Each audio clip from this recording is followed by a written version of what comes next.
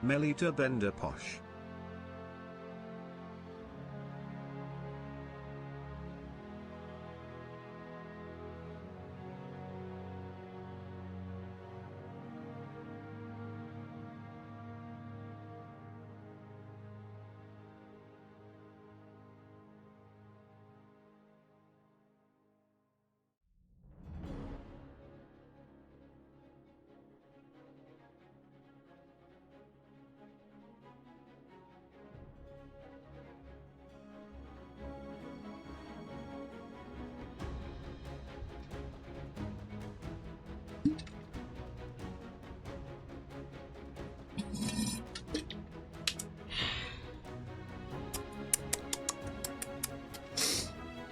Yep. Yep. Yep. Yep. Yep. We're back.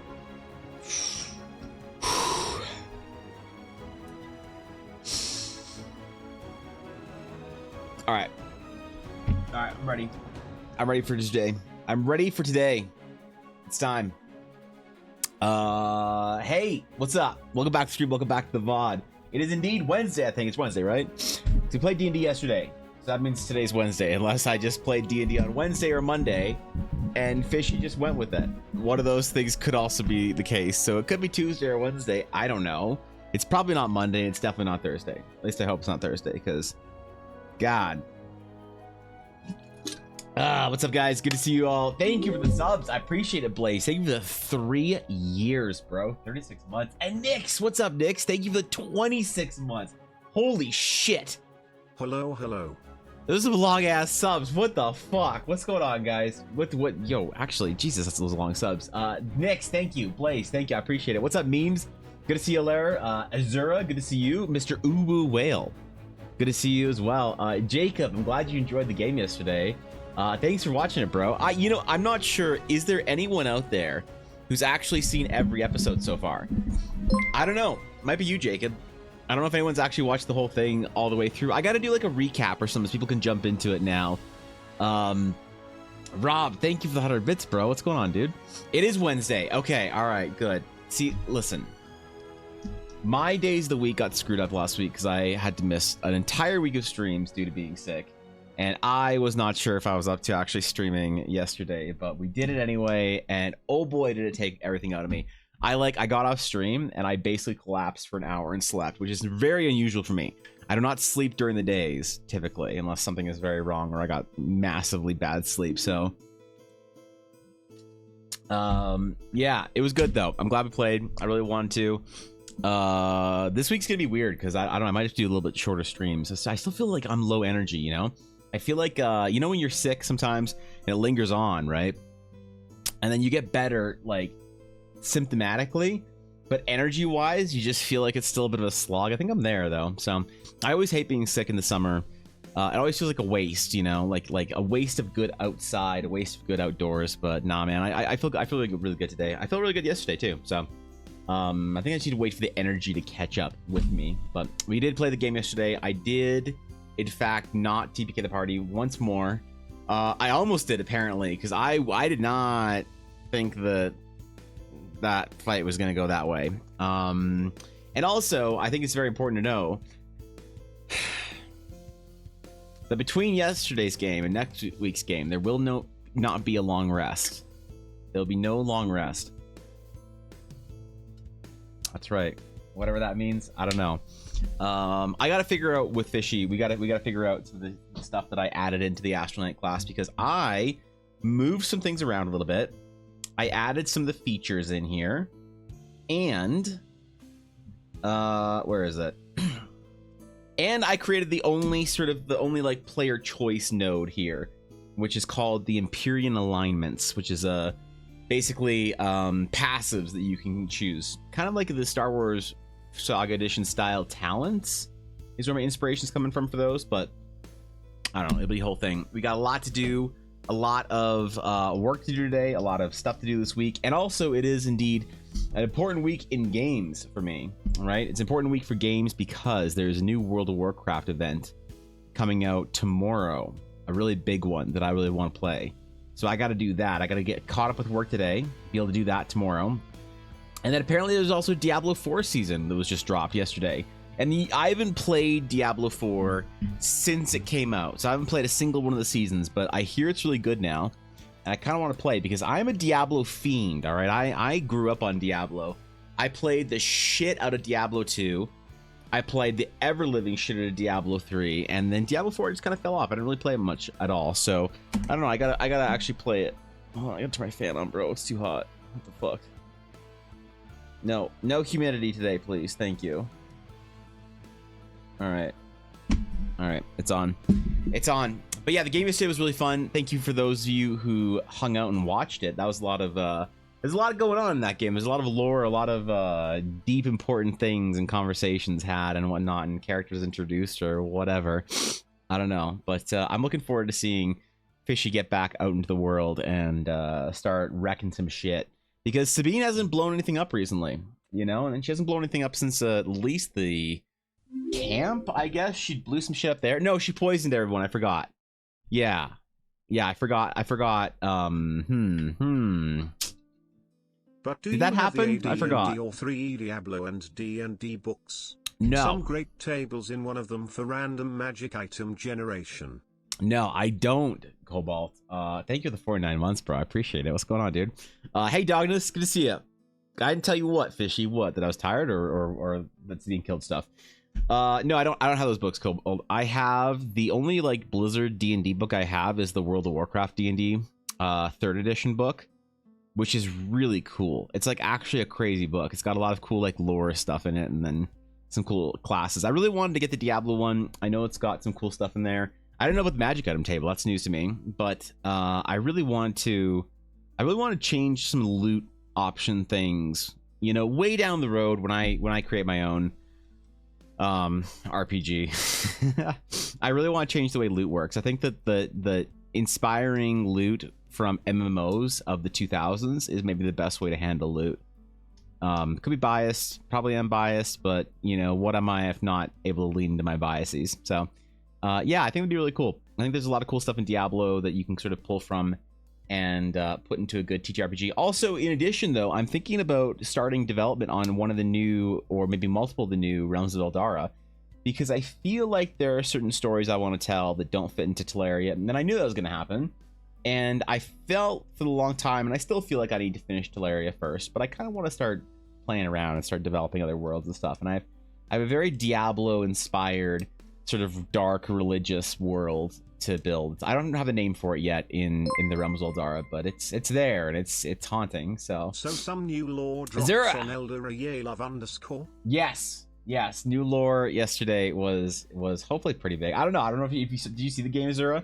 Because there was new lore dropped and new characters and a bunch of crazy shit happening yesterday. So we'll talk about some of that today. But thank you for 100 bits. I appreciate it, dude. You have plan on making a video channel? Yeah, Fishy. There's a. Jeez, Gabby. Fishy and I, our game is going to be on the VODs, I think. I don't know if Fishy's also going to be uploading it on her channels. I'm not sure. Obviously, she's welcome to. But there is a VOD channel for Fishy and I's games. I don't know if you made any other videos, but try to play test one with the Diablo style drop rate, another with a WoW mount drop rate. Okay, listen. I still don't have Invincible, Ashy. I still don't have Invincible. It's been like 10 years, right? So yes. So basically, before we get into it, Runa went back to Grand Crest to sort of figure out what the fuck's going on with all the temples and the consortium, and you know, her little journey to try and figure out what was going on with the old Astral Knights has kind of expanded out in scope. She went to the Sage Temple to meet with Balin. No message. No message. Okay, thanks, Garthen. Thanks for considering me your prime option. I appreciate it, bro. She went back to the temple to try and talk to some of the sage contacts they have there about going forward with their research and looking into the past of the ancient Astral Knights, to which they found out that there's apparently been events and kidnappings and other terrible things happening to astral sages and rune sites around the Shattered Sea by the consortium, the Alabaster Consortium Guild. And it turns out that they are making some serious moves to try and do something with astral sage magic in ways that they've never done before. Basically, I don't know. I'm scared of how much I might accidentally spoil. Basically, the evil organization, the Alabaster Consortium, has been absorbing and utilizing magics from the sages, which they didn't think was possible. So that kind of opens it up a little bit. She also met with the Star Speaker, who is basically the head astral sage of the entirety of Teleria, who personally asked her to look into the disappearances and the sort of assault on astral sage orders within the Shattered Sea, as she couldn't outright make a move because the politics of the Shattered Sea is a little bit too difficult to navigate, so they couldn't make any, public accusations or anything like that. I tried doing art. I watched most of the VOD so far of your art request day, Ash, and it made me deeply happy. Did you make another art, or was that the art? Because your Twitter is kind of lit right now. There's even a playlist for game VODs. Oh, is there really? Is there actually? I haven't been to my YouTube channel in a while. I'm impressed, bro. I knew Blaze had, was on top of it, but I didn't know that he was that on top of it. So thanks for that, bro. I appreciate it. He's having best time. Only time to get stuff done. Look, you just stay up late and don't sleep. What do you mean? I asked him set up. Okay, thank you. I appreciate that, Fishy. I'm honestly more confused. Don't worry about it. Yeah, that's the whole thing. You just have to watch it, I guess. Ashley, what am I giving feedback for? What am I giving feedback for? The Twitter thread? You want general art feedback on the Twitter thread? All right. Ashley of Hardest started the day off by requesting art feedback. We're gonna get some art feedback before I get into it. Before we get into it. Where's the art thread? There it is. Man. I don't know why I'm so stuck under my own lack of ambition. This is illustrative mastery, right? Look at the important use of pixelizations. The pixelizations are dude, the anatomy is perfect. Obviously, this is a blue eyes serpent knight dragon. Obviously. You can tell because of the blue eyes.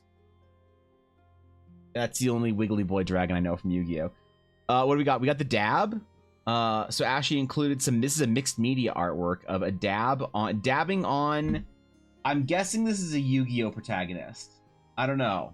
I'm assuming. Is this Sonic? Oh my god.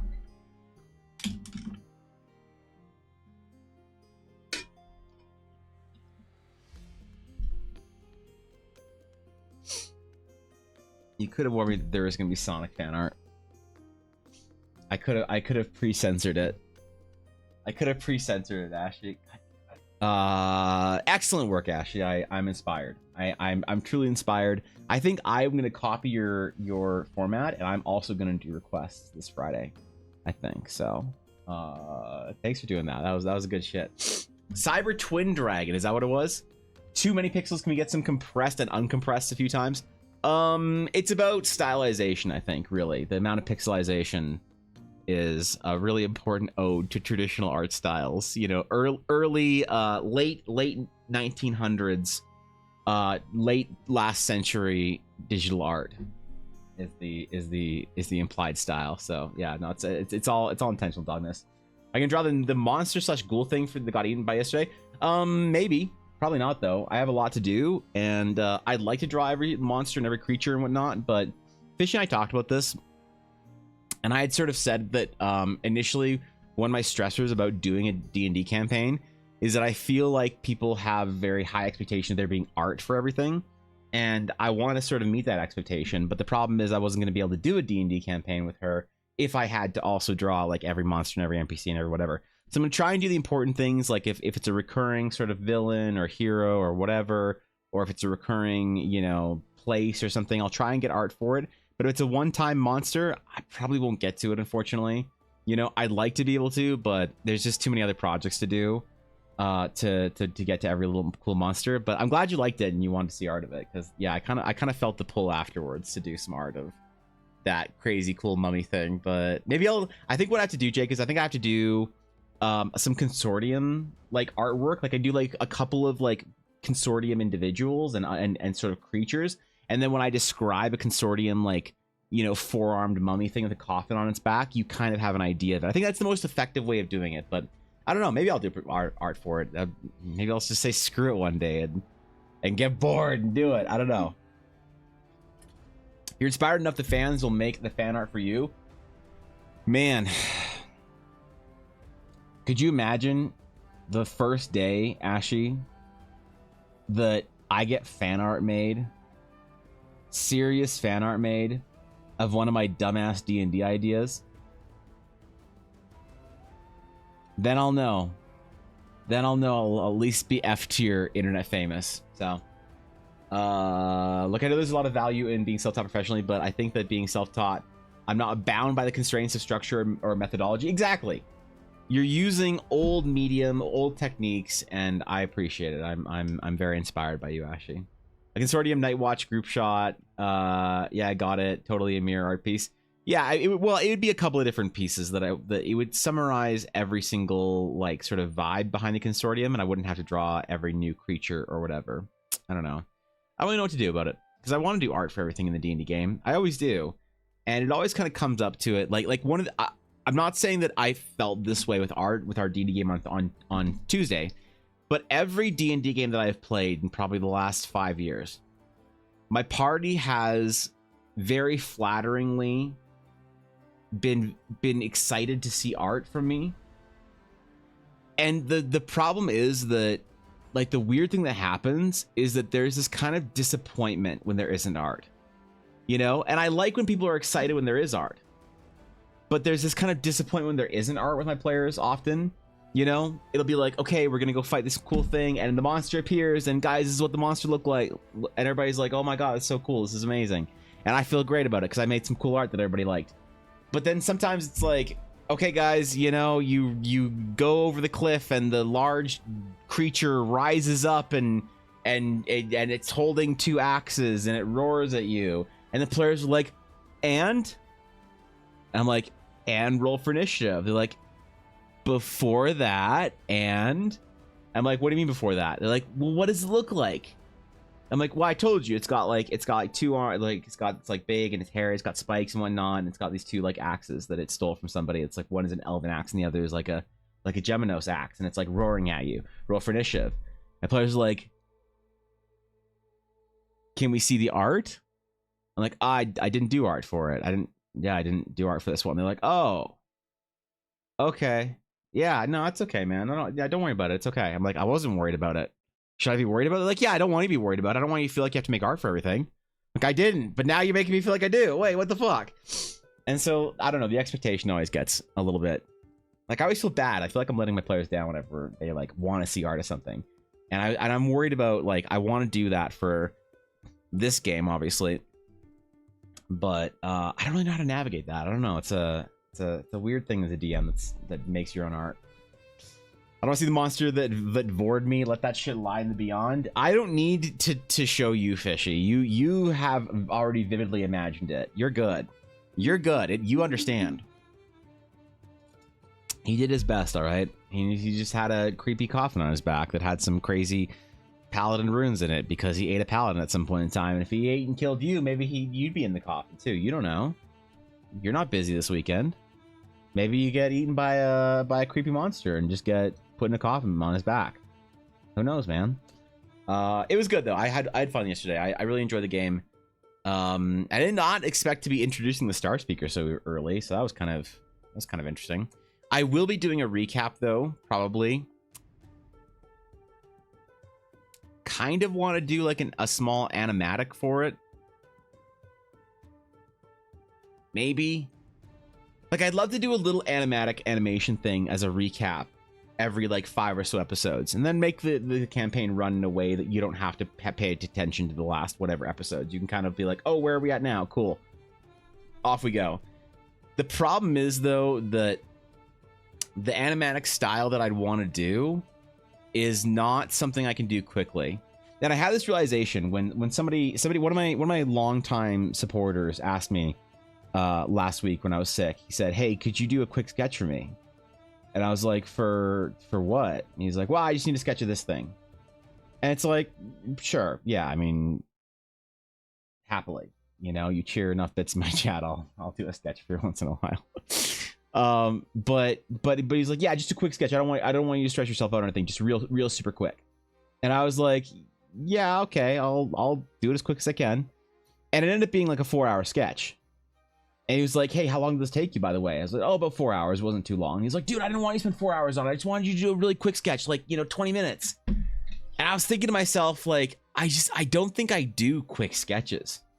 I don't think it's possible for me. And I really wish that it was, so I don't know about like an animatic. Animated or otherwise is always a turn off for me when it comes to streamed or posted games. Yeah, I agree, Uzura. It's hard for me to get into games when, like, you sign up for watching Critical Role and you find that there's 105 episodes. And you're like, I'm not gonna watch 105 4-hour episodes. Like, I get it, and it's one of the reasons why I never did a stream game for the longest time, because I didn't think that I believed in the current format of stream games. So realistically, I need to figure out what that recap's gonna look like and how to format the game in a way that it is easy to jump in. And I'm thinking about every 5 episodes, which we're on episode 5 right now. There's not a lot that's happened in the game so far, I don't think, so it'll be pretty easy for a recap. But yeah, I want to do a little animatic of it if I can. It's just I'm not good at doing quick art like that. I've had multiple people ask me for quick sketches. One of, like, back super early in my stream days, another streamer said to me, "Hey, I have a friend who's like really sad and like whatever, and he's like D&D character like just died. Could you do a quick portrait of him?" And I'm like, yeah, like a commission? He's like, no, just a quick little sketch portrait. I was like, okay. And I said yes because, like, she was a much bigger streamer than me, and I was like, oh shit, what am I gonna do? Like, I don't want to piss off this big streamer. All right, sure, I'll do this thing for you. And it ended up taking me hours and hours and hours, and I was like, God, what do people think they're asking for when they ask for a quick sketch? So I don't know. I think I need to learn how to do art a lot faster. The problem is I can paint fast, but I just can't sketch that quickly. So I got to figure out a way to do the animatic that is not going to tax me off so much that I can just do it in like 4 or 5 hours and make like 8 or 10 pieces of art. I don't know, man. Next time you need a quick sketch, Evan, feel free to hit me up. I think the average time is 30 minutes. That's pretty good, honestly. Because, like, even my Friday sketches are like 45 minutes to an hour. So you might be the master with this, actually. I also do art super slow. Yeah, I don't know, man. Like, I feel like the end product is always justified in the time, but when it comes to like quick little sketches, it's just like a 20-minute sketch. I can't imagine trying to finish something in 20 minutes. There'd be too much setup and design and whatever and planning and perspective and all this stuff that I don't think I could just pull up my pen and do some, like. But also, it works. You can do really quick little sketches if you have a very derivative art style. Like, the more chibi anime bullshit you draw, the more cartoony Avatar Nickelodeon shit you do, the quicker you can, draw something. Because the art style naturally is derivative, and therefore you can just drive it even further, and it's fine. It still has a lot of the charms. Problem is, yeah, I don't know. I gotta figure something out, because it's not a strength of mine that I don't have that sort of in my repertoire. So, I don't know. We'll figure it out. Learn to do quick ones might be a good idea, though, so drawing on a timer would be a good exercise. Yeah, I mean, drawing like gesture drawing and stuff, I do think that the timer sort of sketches is a really good way of practicing. The problem is when somebody wants something with a lot of detail, like I don't know, if it's say a quick portrait of a person, sure, it's quick sketch, no biggie. But when someone asks for something like, oh, I need like a picture of like a dragon like looming over a village, and just like a really quick sketch, man, it's like at least like a 3-hour sketch, and I think that's being quick. So I don't know. 20 minutes is your norm. That's pretty good. I think you might need less recapping in individual adventures, more compartmentalize it. Like cartoons, Runa is an adventurer for the guild today. She's on quest to X. Yeah, I like more episodic stuff like that. I think is better. I think we've set the premise of what Runa is doing right now, and I think that now it's like on this adventure she's going here to do this, on next adventure she does this, on the previous adventure she did that, and I definitely think that's a good format for it, Ash. That's a really good idea. I was trying to figure out how to sort of set the premise of like, if you watch the first 5 or 6 episodes, you'll have a pretty good idea of what's going on.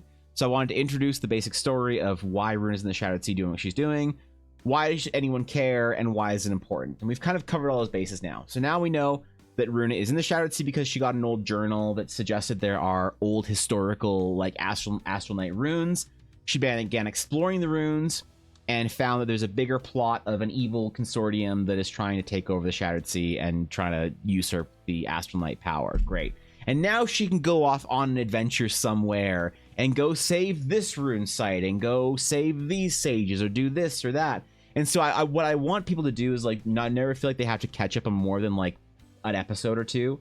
If we're on like episode 2 of a 3-part arc, like of her going somewhere and doing something and coming back, you know, I want it to be very easy to jump into, like, oh, I'll just watch the last 2 episodes. Like, no biggie. I don't need to watch the previous 30, right? But also, I don't know if Fishy and I are play for that long, because who knows? We're just having fun, just playing. So, whatever happens, happens, I guess. 6.5 hours. I'm still sketching. Yeah, actually, I set a 10-minute timer and sketch that right now. The dragon over the village. I don't know. That's a lot. I'm not even warmed up today, bro. Have you seen the silly extra stories at the end game? Some manga chapters that are more simple cartoony style. What about something like that? You could frame it as Runa drawing her adventures. I could. The problem is I don't have a good simple style. You know, because my style's not very derivative. So like I don't have the ability to do like sort of really charming little chibi sketches anymore. You know, so honestly, I grew up drawing a lot of anime. And when I was in art school, I beat that shit out of me. I got a big club, and every time I wanted to do something anime, I just beat myself over the head with it.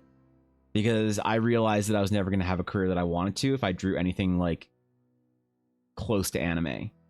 You know? And so my style's not, like, realistic. It's, like, pretty derivative still. It's, like, more comic booky than... more comic booky concept arty than, like, you know, realistic. That's okay. But I had to, like, just completely just tear the anime strip out of me, so I would stop doing it and stop inspiring my art by it. And I still get accused of it every once in a while of like, oh, your art's like really anime, or like I got accused of it a lot in art school too, when I didn't think that I was anywhere near anime style, which is fine. You know, I can rebuild it at some point in time. I had to spend so much time and energy like deleting that from my brain that I try going back to it. I try doing like cutesy little chibi styles and stuff like that. I just don't have it in me anymore. So there'll be like a training arc for me to do, I don't know, like a cool little quick sketches or whatever, some kind of a past. I don't know. Maybe I'll start working with my pen again and like do it, because like one of the ways you can do really cool derivative sketches, one of the ways you can train it is by using a pen.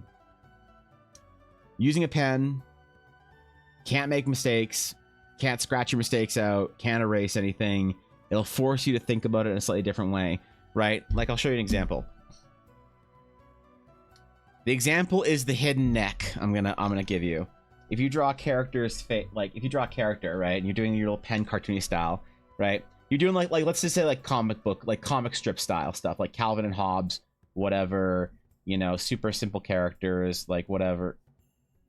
You're like figuring out what you're doing. You're gonna draw a little dude, and he's got a little hat on, and he's got a little whatever, you know. And you're like, oh shit, maybe he's got a little thing. He's holding a little Pokeball or whatever because he's a little Pokemon trainer or some shit, right? Like whatever you're doing. The thing is, you will start to recognize silhouette shapes as you're going. You'll start recognizing silhouette shapes. And I learned about this in a sort of like a cartoon class that I took pre-college, is that you start figuring out where you don't draw to measure. I don't know, it's like hard to explain, but it's a whole process of like how you think about like making cartoony style artwork or whatever. And the same applies to like anime, anything derivative. Like a lot of anime artists could learn a lot from cartoonists, and a lot of cartoonists could learn a lot from anime artists, but they're very offended when you compare them. They're very, very offended when you call it an anime artist, a cartoonist. They get really mad when you call a cartoonist. They say their style is like anime-y. They get really mad too. So I don't know. I think it's time for them to learn from each other. But draws anime style. That's not anime. It's semi-realism. Draws comic book style. That's wait. Don't listen to people.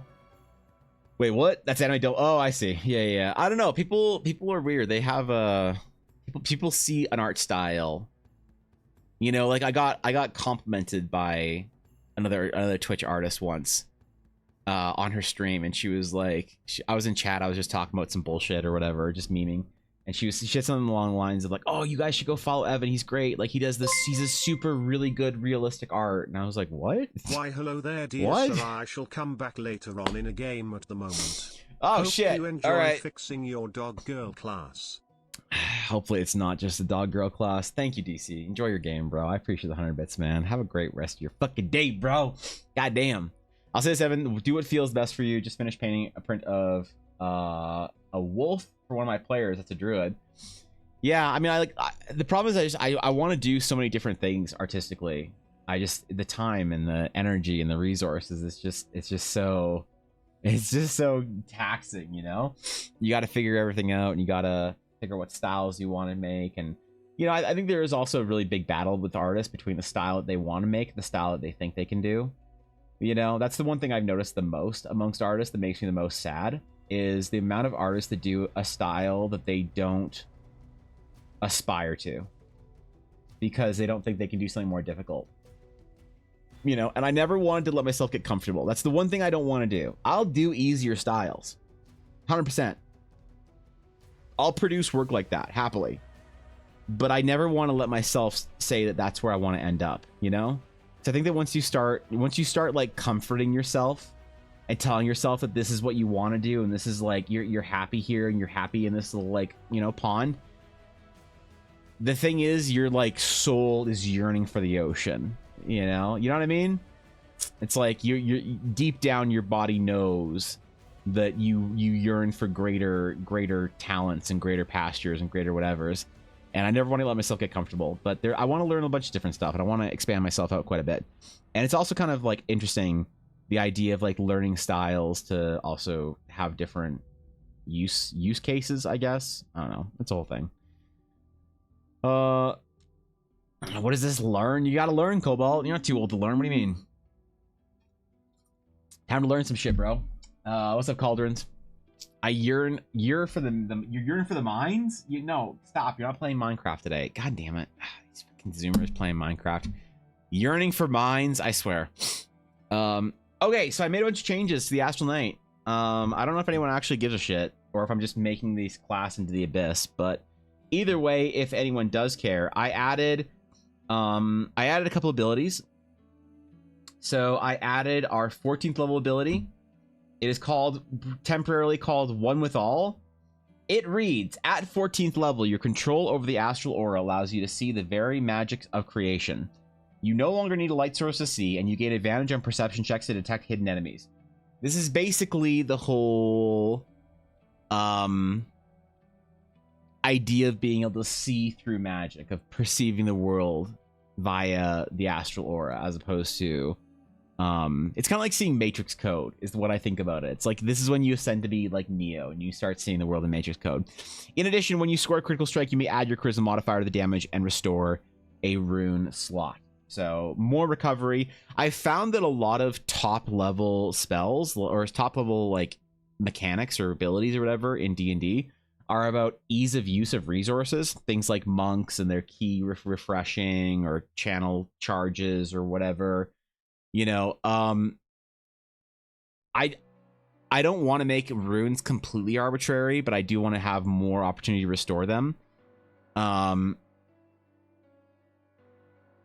think that it's important to have like a balance between the Lumari meditation runes on short rests, and then also have an in combat way of restoring them. So yeah, so anyway, slightly stronger critical strikes, restore rune slots, and then also you can see some shit. Then I added the Secrets of the Deep Sky. starting at 6th level. So this is the only player choice, I guess, node that you get as an Astral Knight so far. Starting at 6th level, and again at 10th and 18th, your training grants you powerful insights into the mystical energies within the cosmos to draw power from. Each level, you may choose one bonus from the Empyrean alignment list below. So thematically, what this is you pulling magic from a different part of the sky. Like I've said for the sages, that there are different parts that they can sort of align their tools and their whatever to in the sky to gain advantages and bonuses and cool stuff like that to draw their magic through. There are also places in the sky you are definitely not supposed to draw your magic from. Evil places, dark places, mysterious, spooky places. So that's kind of a cool story to explore as maybe a rogue sage or something. But I have a couple of I want to do between 12 to 15 alignments. These are kind of like similar to, in my opinion, they're gonna feel very much like old school feats or Star Wars Saga Edition talents. So things like you gain advantage on wisdom and charisma saving throws. Once per turn, you spend a rune slot to re-roll a failed attack. Whenever you make a successful attack of opportunity, you may end the creature's movement if it's a medium-sized creature or smaller. Part of the problem with having choice nodes in, I think, for the Astral Knight is the idea of the Astral Knight is not a open class like a paladin where you can have infinite Astral Knights of different oaths and different whatever. The Astral Knight is part of one order, one culture, one tradition. It's one very narrow line, one very narrow path, one specific fantasy within Teleria. And if you like it, great. And if you don't, that's totally fine. The Astral Sage is there for you. The Astral Knight is kind of like the hero class version of the Astral Sage anyway. The Sage is going to have tons of choice nodes, hopefully. But I want the Astral Knight to at least have a couple of them so you don't feel like you're completely building the same knight every single time. So the way you're going to do your choice nodes are going to be in the rune spells you choose for combat and also the alignment passives you gain. So I need to write a bunch of them, and I have some ideas for various things. And these are all going to be different, like nebulae or clusters or celestial bodies that you can sort of draw your power from, or constellations, things like that. So there's also going to be profane sky alignments. There are additional celestial bodies one can align with that present great risk to the knight and are therefore forbidden. However, I'm still going to write them. There's only one that is written so far, and it's called Asakshiak, and is currently encrypted. It is encrypted with a very, very basic encryption, just for your guys' safety. I don't want anyone reading this, okay? All right, a little bit of effort, and you can probably crack it pretty easily. Actually, extremely easily. But I don't want anyone reading this, so don't feel tempted to try and read any of the profane alignments, any of the terrible evil bodies in the sky that you could align with that would pose great risk to you and your companions. So I'll write about 9 to 10, 9 to 12 more regular alignments for players to choose from. And then, is this spell I was given that I can't read? No, this is different. This is different. So yeah, at this point, the class looks like this. So at level 2, you're getting your armor, the Astari, or level 1, you're getting your armor, your weapon. Ooh, that's not... Your armor, your weapon, and access to rune casting. And I think this is a core component here because you need your AC, you need your weapon, and you need your rune casting. In my opinion, the average Astral Knight should start playing the game at probably level 6. I think basically everything here, narrative-wise, is built into Astral Knight training, in my opinion.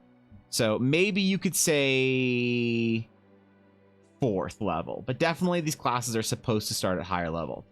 So at 2nd level, you get your Lumari Meditation, so you'll be able to actually restore rune slots on short rests. Tanrai Technique is the Tanrai Technique is the spell, the reflecting shit. Where is it? There it is. It's your spell reflect that you can do with your spell parry, I guess. We still haven't quite figured it out how it's gonna work, but basically it's gonna be an attack roll that you make to reflect spells at people, if you want. Then your ability score at 4th level in your Astral Steel Alloy. The Astral Steel Alloy is going to grant you a couple of cool bonuses. It's just a static right now, +1, +2, +3. That is going to change if we decide the class is a little bit too underpowered. which I'm actually concerned about. I this entire time been worried about not making too overpowered, but now I've been looking through it. I had a friend who's a turbo like nerd GM rules lawyer, and he was like, I think you might actually be on the underpowered. He said that he needs to see the rest of my rune spells to really decide, because he knows that I might go crazy on them.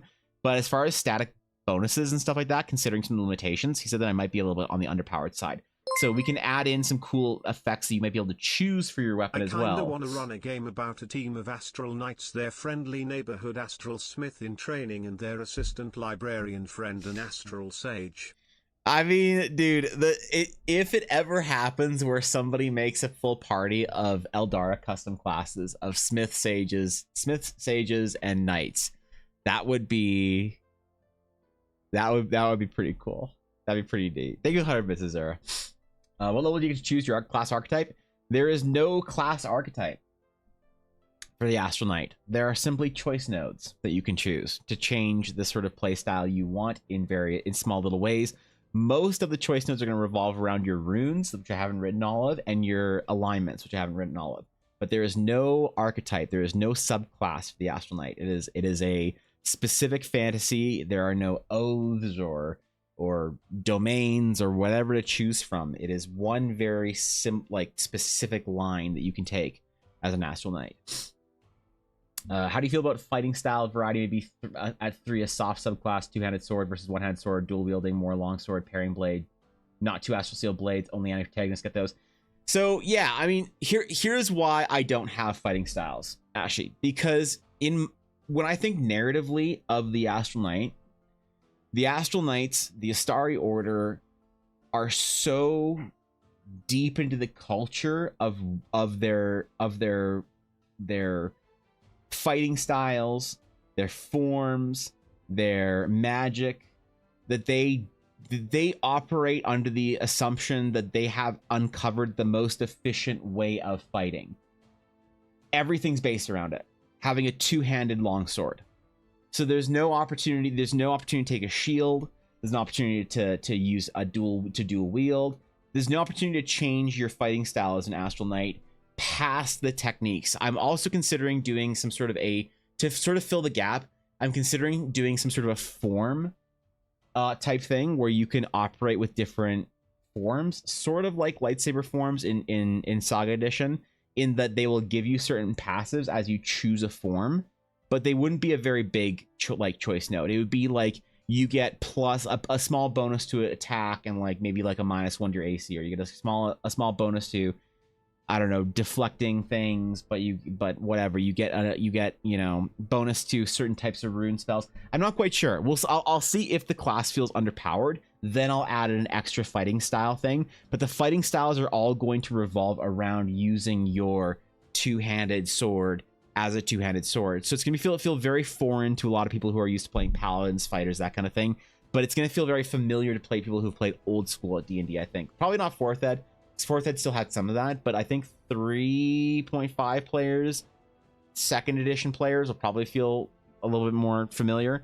But it's a good point, because I do like that idea of a choice node insofar as choosing how you've sort of perfected your art with the blade. The problem is I can't allow Astral Knights to start dual wielding and grabbing shields and whatever. And I worry that if I open the door to sort of different fighting techniques, then that'll be an obvious sort of insertion by the average D&D player. Maybe I'm overthinking it. I could be doing that as well. I don't know. Imagine guards versus scouts still might fight differently. I do too. But I don't know, because part of it also is that every knight's supposed to be kind of very well rounded. I don't know, man. I gotta think about that. It's still I'm still not entirely decided on it. 2 digital art styles, 1 cartoon, 1 comics. The Astral Knight is the archetype.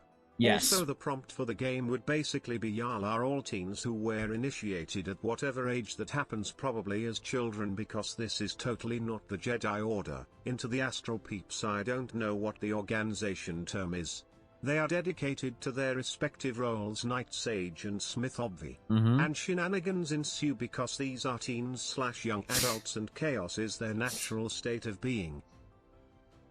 Yeah, I mean, the only thing that would come up with that is that your Astral Knight players would probably be pretty intense. like sages and smiths and that entire area of scholars and researchers, the entire Sage Order organization is very open and very diverse as far as like thoughts of how to approach astral magics and the astral aura and things like that. The knights are so rigid and so narrow that it's hard to have a knight that like Runa is not a good knight. She's not a knight. She's not an Astari. Whenever Runa does meet astral knights, Astaris, you will know, and it's going to be a stark difference between Runa and them. I guess everyone's going to be like, oh, I get why she is not in the order. I understand now. I'd like to eventually find a player or two that really wants to play a core Eldara game. I'm not saying Fishy doesn't. Fishy. I'm not trying to rag on Fishy, because Fishy's beautiful and I love her dearly, and I wouldn't change anything about her game. But I'd love to eventually find a player or two that really wanted to tell a core Eldara story. Right? One of my absolute joys in playing my current game is that Ella is an Astral Knight. And she plays her Astral Knight as an Astral Knight in ways that is more intense sometimes than I had planned, which is fucking awesome. It would be funny if only one player was a knight and that one is deeply traumatized and all their friends are like, oh, them that Becky is dealing with stuff as Becky sits quietly in the corner brooding about order and justice and defending the galaxy. Something like that. Yeah, I like that, Azura. Thanks 100 bits. Yeah, definitely broody is a good way of putting it too. And Dashto Ella, in addition to Ella, Dashto plays a Duskwatch Paladin. He plays a fucking Duskwatch Paladin. He doesn't play a Paladin. He plays a Duskwatch Paladin. I love when my players want to do that, when they want to lean into when I have a concept in the world they love so much, they want to lean into it so deeply. And what I love about like my game on Tuesday is like Fishy's like, I really love this concept. I want to explore basically someone who was like Fishy's like, part of what makes Fishy, I love bragging about my players. I love talking my players up, and I'll always take an opportunity to do that. One of the things I love about Fishy as a player is that she loves to take stories in the world, whatever world she's in, because I've been in the periphery of other games she's been in and whatnot, and in and around them. We haven't played D&D together like this. But I love watching her take something that is a story and finding the exception in an interesting way and sort of pulling that part of the story away from it. You know, taking somebody out of their element or whatever. So I like that she wanted to tell a story about an Astral Knight that didn't really fit in with the Astral Knights, and sort of it has this kind of like debate of like desire to be in the order, but also, you know, it's like, it's really cool. But I do want to try playing a game on stream at some point in time with a group of players that want to play like a quintessential whatever concept it is we want to tell a story about. And I gotta figure that out at some point in time, but I'm really happy with the way we're doing our Astral Knight. The one thing I do worry about with our game, and Fishy and I talked about this, and she was like, is this gonna be an issue? And I was like, nah, it's fine. Is if people think that Astral Knights are all supposed to be as bubbly and you know, hilarious as Runa is, and that's definitely not the case. So thinking forward, maybe active fighting styles, and every knight gets a special strike similar to rune spells. That's not a bad idea, actually. I like that, actually. Yeah, it's a really cool idea, actually. Poor Becky Dogness. Rather than a +1 defense versus damage, have like cleave an extra guy for furry versus 10-foot movement without provoking attack of opportunity, reducing enemy movement or something. Yeah, bonuses like that, 100%. The thing is, though, that those bonuses, I'm already kind of like building them into the alignments, and I wonder if it would be a good idea to have part of our alignments, like our Imperial alignments, be a fighting style. So you get to like sort of, it's kind of like, you know, in MMOs, sometimes you want to have choice nodes, but you don't want to have them all be optimized. Sometimes you want to have a choice node where it's like the talent, like I don't know if you've played Dragonflight at all, Ashy, but like sometimes you get a talent point, you're like, oh, I have to take this talent point, but I really like to take this one. And so sometimes it's nice when they force you, and a good talent like tree, I think, will force you to have cool choices too, where it's like, okay, you can't choose the static bonus here, you can't choose the defense bonus, you can't choose the extra HP, you can't choose the extra stats. You have to choose between this cool thing that happens in combat, like the 10-foot movement speed without provoking attacks, or the cleave. And it's like, then you force a person to take a cool choice. So if I'm gonna really recruit Thorkin for this, because Thorkin's gonna be the one of the main people that I'm gonna ask about balance it for this class, which is almost ready to be looked at. But yeah, that idea, if I can fit in a couple of more of these talent points, Ashy, I would love to do something that is more fighting style in there that you're forced to take, not an alignment, but an alignment style passive that's directly related to the way you interact in combat. Sort of like Cell El Mister. Whenever you make a successful attack of opportunity, you may end the creature's movement if it's a medium-sized creature or smaller. Things like that. I could easily see this being moved to a fighting style as opposed to an alignment bonus, because like the alignment bonus here feels really good. You know, you gain advantage on a wisdom and charisma saving throws. I want to do advantage like other bonuses that are sort of in the same realm would be things like maybe a bonus to certain skill checks, some sort of way that you change how you like. It's just a skill check. Never mind. It's the same thing. I was gonna say how you interact with people with skills, but that's just another bonus to skill check. Whatever. It's running away from my mind right now. Runa's an awful knight. She is a terrible knight, but the Star Speaker doesn't know that. And I like that the Star Speaker, like, Runa's lack of being an Astral Knight is actually going to be very important to the story, and makes Runa specifically like Runa being a trained Astral Knight that is no longer associated with the Astari Order is actually going to be a really important thing for the Sage Orders of the Shattered Sea and Teleria. So it's good, Thorkin. I finished most of the class so far. The only core ability I don't have written down really is our level 20 ability, which has now been named Gates of the Eldari. It is encrypted. I will say you can read the ability if you want to. It's actually just a meme. Don't like this is actually an ability. This is a complete meme. Don't worry about this. Anyway, I was thinking to myself that I need to figure out how to balance the Gates of the Eldari to be very in line with other level 20 abilities. And I'm so glad Atari basically smacked me across the face and said, "Who are you? You're Evan Blair. You don't balance for fucking balance sake. You balance for badassery." So I'm gonna write this out probably this week, and we'll have a final class ability, I think. I'm just thinking like Sad Fighter. I attack them 3 times versus Cat Astral Knight. I hobble his leg and skip 10 feet back without provoking an opportunity attack, and now he's stuck there to really feel like you're dance fighting.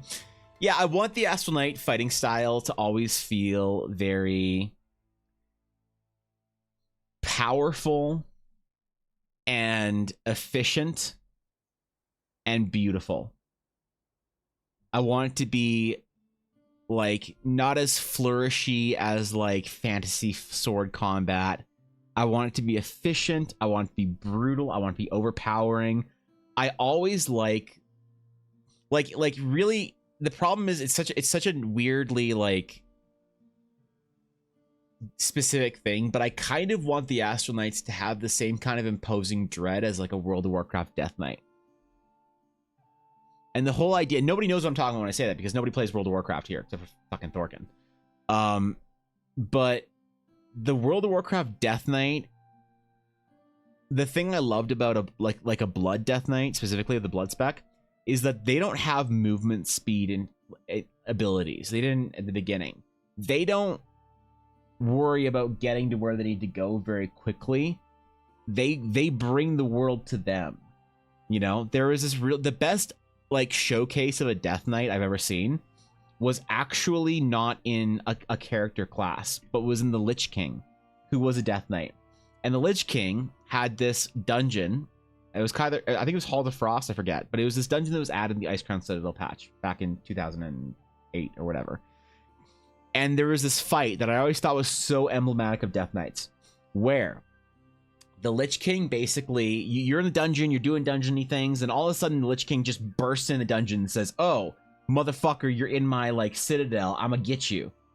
And he starts just walking towards you with this just exploding like wall of frost behind him, and he's sending his minions at you, and you have to frantically fight and kill his minions while he's like walking behind you, kind of like a I don't know, what was the guy from Resident Evil that just follows you around everywhere, but that kind of thing. where the Lich King was just slow walking towards you the whole time as you're desperately trying to get away. There's like a terror in there, in that this creature, this thing, this fighter, this warrior does not need to rush to you or to be super acrobatic or whatever, but just had this sense of like this quiet, dreadful confidence that they're just gonna slowly approach you because you're not gonna get away anyway. And so Apogee Tether is one of the best things for that. Apogee Tether is one of their rune spells. Probably Fishy. I mean, there's only 3 rune spells so far. Ella's seen a couple more, but even like Fishy, I assume Apogee Tether is her favorite. And Ella, of the 5 or 6 rune spells she's seen, Apogee Tether is still her favorite. Possibly because she also plays a Death Knight, but she also likes the sort of like combat control that comes with the idea of you being able to just rip someone over to you and make an attack on them as they fly through the air towards you. Like the Astral Knight doesn't, like, I want to make them acrobatic and fun, and there is going to be an acrobatics strike actually, whereby you make an acrobatics check as part of the rune spell, and if you succeed on it, you get to do this cool eclipse thing, and I don't know, it's this whole like magic strike or whatever. It's like a high risk, high reward thing where it's an acrobatic strike. What is the wording on it? I think it's like you make an acrobatics attack, or you can make an acrobatics check, a jump check, acrobatics, whatever. And if you succeed on it, you deal an extra whatever damage in a cone, I think it was. I forget. Basically, you come down, you slap them, and you do this like AoE shockwave type thing. It's really cool.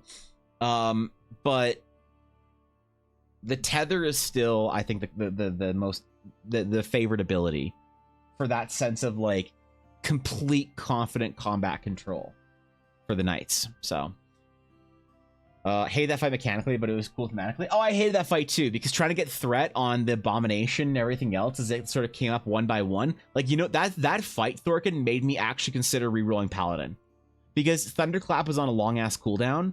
And every time we had a Paladin tank, the Paladin's just like, I'm gonna put down Consecration, start casting abilities, and go AFK for 20 minutes. Okay, bye.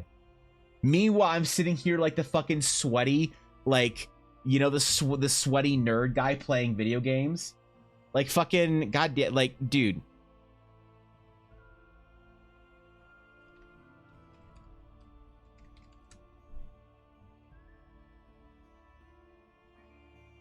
Like,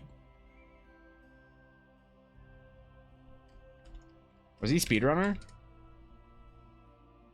Like, this is me trying to get threat during that fight as a protection warrior.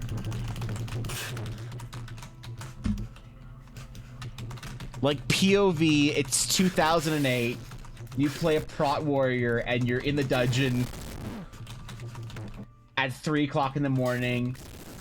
Your mom's healing you. Your girlfriend's playing her fucking Death Knight. And you're trying to get some fucking loot before patch reset. Like, it's just not cool, man. It's just not cool. But yeah, I like that fight too.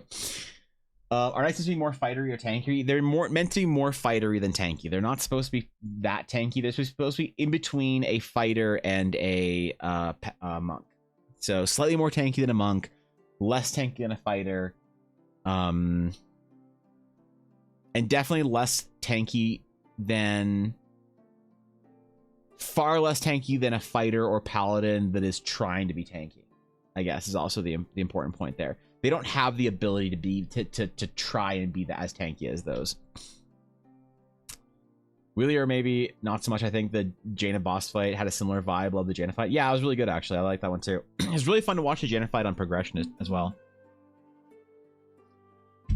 So if I like Ashley's idea of separating some of the bonuses into a fighting style, but obviously I don't like the basic bonus fighting style that D&D provides for your fighters, paladins, whatever else is. So I need, like, I'm gonna very kindly, once I finish all 12 of these and maybe like 2 or 3 more of the rune spells, I'm gonna ask Thorkin and a couple of other people who I trust implicitly, very kindly, if they would look through and give me a periphery, like, sort of balance assessment of the class. And if I have room in it, I'm going to include the additional sort of fighting style things as also choice nodes. So Can I adopt a tank for my group? You can adopt a tank for your group, I guess, if you want. Yeah, you can go find one. You can go find one. You can't have Endrick though, even though he has a shield. I'm sorry.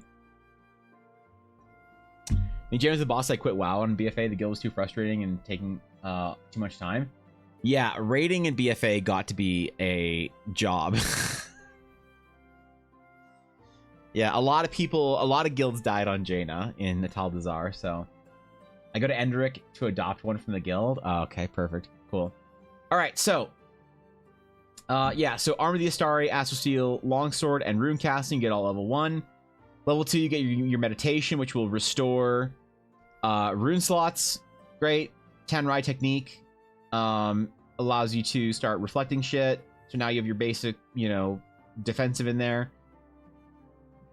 At 4th level, you get your Astral Steel Alloy, your first +1 bonus to your weapon, plus your ability score improvement. Level 5, you get your ability to start taking on magic items. 6th level, you get your extra attack. Also, I only have 1 extra attack in here, or sorry, 2. I don't have the fighter's 4th level or 4th extra attack. So I think that it's a bit much for what the Astral Knight is supposed to be. Maybe I'm wrong. Maybe Thorkin's gonna tell me I desperately need an extra attack at level 20 as well. I don't know. But yeah, you get your first alignment. If we're going to also get fighting styles in there, they're probably going to be at level 2, I think. You're probably going to get your first fighting style at level 2 if I include those as well. Master of Asurota. The Master of Asurota is... Where is it? Wait, where's our longsword? There we go. 7th level, your Astari training is giving you an expert understanding of defensive combat with your weapon. While wielding your Astral Steel Longsword, you get a +1 bonus to your AC. This increases to 2 at 15. So your AC bumps up at level 7. After that, a lot of it's quality of life stuff. So ability score, nothing at 9th level. You get your second alignment at 10th. Extra attack ability score, nothing at 13th. One with all, you get your sort of quality of life. Look at me, I'm an Astral Knight. I can see through the Astral Aura. Fuck you. Your meditation gets more powerful. Quality of life thing again at 15th level. Ability score.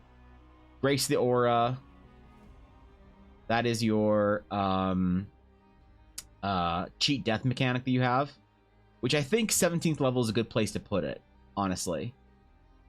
And then another alignment, another improvement, and then finally at level 20 you get your Gates of the Eldari. So the Gates of the Eldari is going to be sort of a very big booming kind of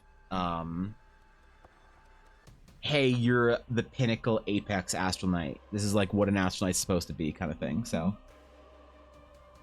from a crazy fantasy perspective, not from in-game mechanics, it's so hard trying to build out a class that is first and foremost a thematic narrative, and secondly a D&D class.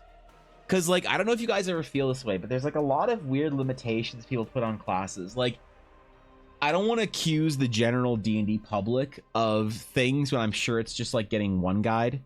You know? It's like, you know how, like, how streamers sometimes be like, oh, my chat was so toxic today, when it was just one dude that was just, like, mad at you or whatever, and everybody else is just, like, quietly watching the stream, just having a good time. That's like getting one guide. And I feel like I might be getting one guide for D&D classes. But I feel like the D&D community, the D&D homebrew community, is almost like really gatekeepy.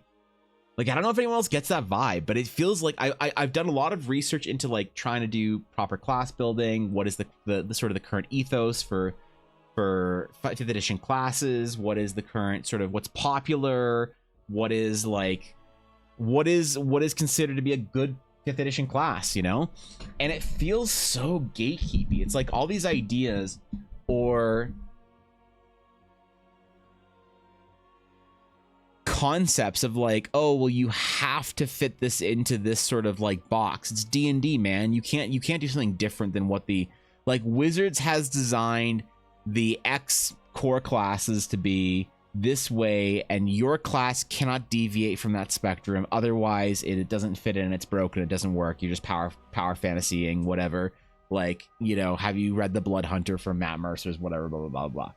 But also in ideas like, you know,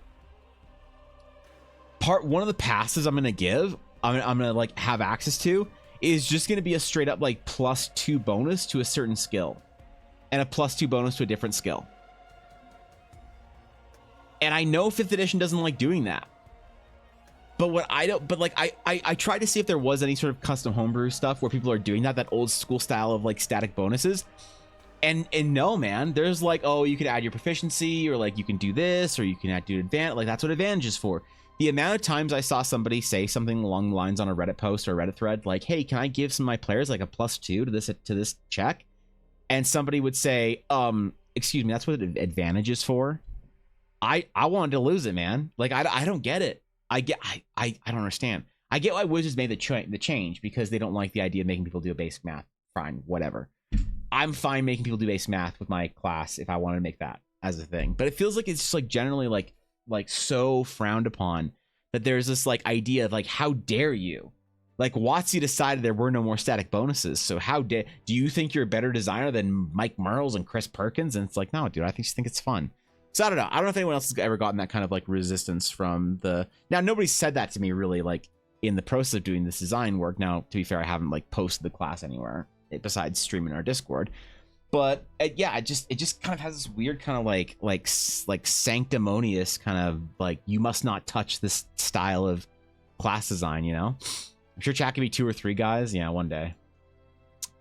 What's up? I'm curious, are you a Star Wars guy? Yeah, I love Star Wars, dude. I love Star Wars, Duncan. Curious what a Star Wars evil D&D campaign maybe interests you to join? I mean, that'd be sick. That'd be fucking sick. I haven't played Star Wars D&D in a long time. Saga Edition is probably my favorite Star Wars, or it's my favorite RPG rule set of all time, I think. I have a hard time between Saga Edition and 3.5 because they're both very, very similar. But I think Saga Edition is just so clean and perfect and like perfected 3.5, you know? I think, yeah, I don't know. Time's an issue. Oh yeah, I don't have time to join with a game, unfortunately. Yeah. No, if I ever get time to like play a game, I always run a game. I haven't played in a game in a long time, to be honest. These all about choices and freedom, so you need only make things like what's there's already and only things that work in every game. Yeah. You're supposed to have infinite choice and freedom, but how dare you deviate from the path, you know? Yeah, I get a lot. I've read a lot of that, Dogness, and I don't quite understand it. Like, you know I still haven't found is a really good explanation from a D&D representative as to why static bonuses got taken away. Like, I don't like that they removed flat-footed and touch AC from D&D. I think those were great mechanics. I think they were fantastic. I'm mad that they don't have flat-footed. Sometimes I will include flat-footed and touch AC into my game because fuck it, I think it's useful.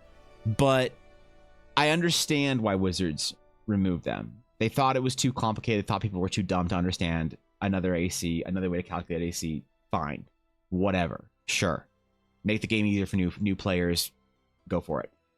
But what I've always thought is an interesting like issue with that is that if they're trying to make a change, that they say, and I'm pretty sure they've said this, that they want to remove a mechanic's complexity because they want to make the game accessible to new players. I don't get where the resistance comes from for experienced players saying they want to bring this mechanic back. You know? It's like, oh, I understand. You don't want to have Jimmy, who just sat down at the table, learn how to play D&D and have to learn 3 different ACs. Like, I get it.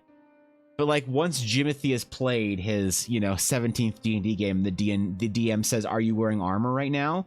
And Jimothy says, no. And you're like, great, then your AC for this attack is going to be this or whatever. And you're like, okay. I don't get why that's a problem. But the one thing that I never really understood was removing static bonuses from skill checks. With D&D Beyond, it feels almost like, why wouldn't you have stuff like that? You pick up a magic wand and a part of the bonus of attunement to it is that it gives you a +2 to your deception. I don't see that anywhere, but I also don't know why Wizards ever remove static bonuses. So I don't know what I risk doing by treading on that and saying, like, one of the alignments is I wanted to have it be a very like a persuasive sort of like kind of focused alignment. Wherein if you take that alignment, you get like a +2 to like deception and persuasion checks or whatever. You know? You wars the stars? Yeah, something like that. Wait, Aduria, what? The fuck? That didn't even show up in my OBS. Look. That's not... It did... It doesn't even... It doesn't appear. Yeah, what? I'm... Okay, hold on. Hold on. Thank you for 100 bits, Aduria. I appreciate that. I don't know why OBS decided that it doesn't work. Because it shows up on my Twitch alerts. Alright. Oh, man. So if you guys didn't see, Aduria's meta this week is VTuber Watchers. So I think the Colorado River Toad.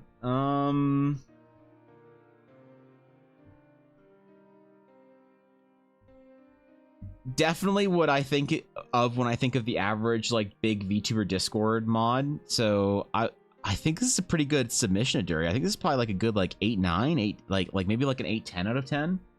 Yeah, like 8.10. Maybe 8.11 actually. I think we have to go above. I think we have to do an 8.11 out of 10. I think that's a really good one.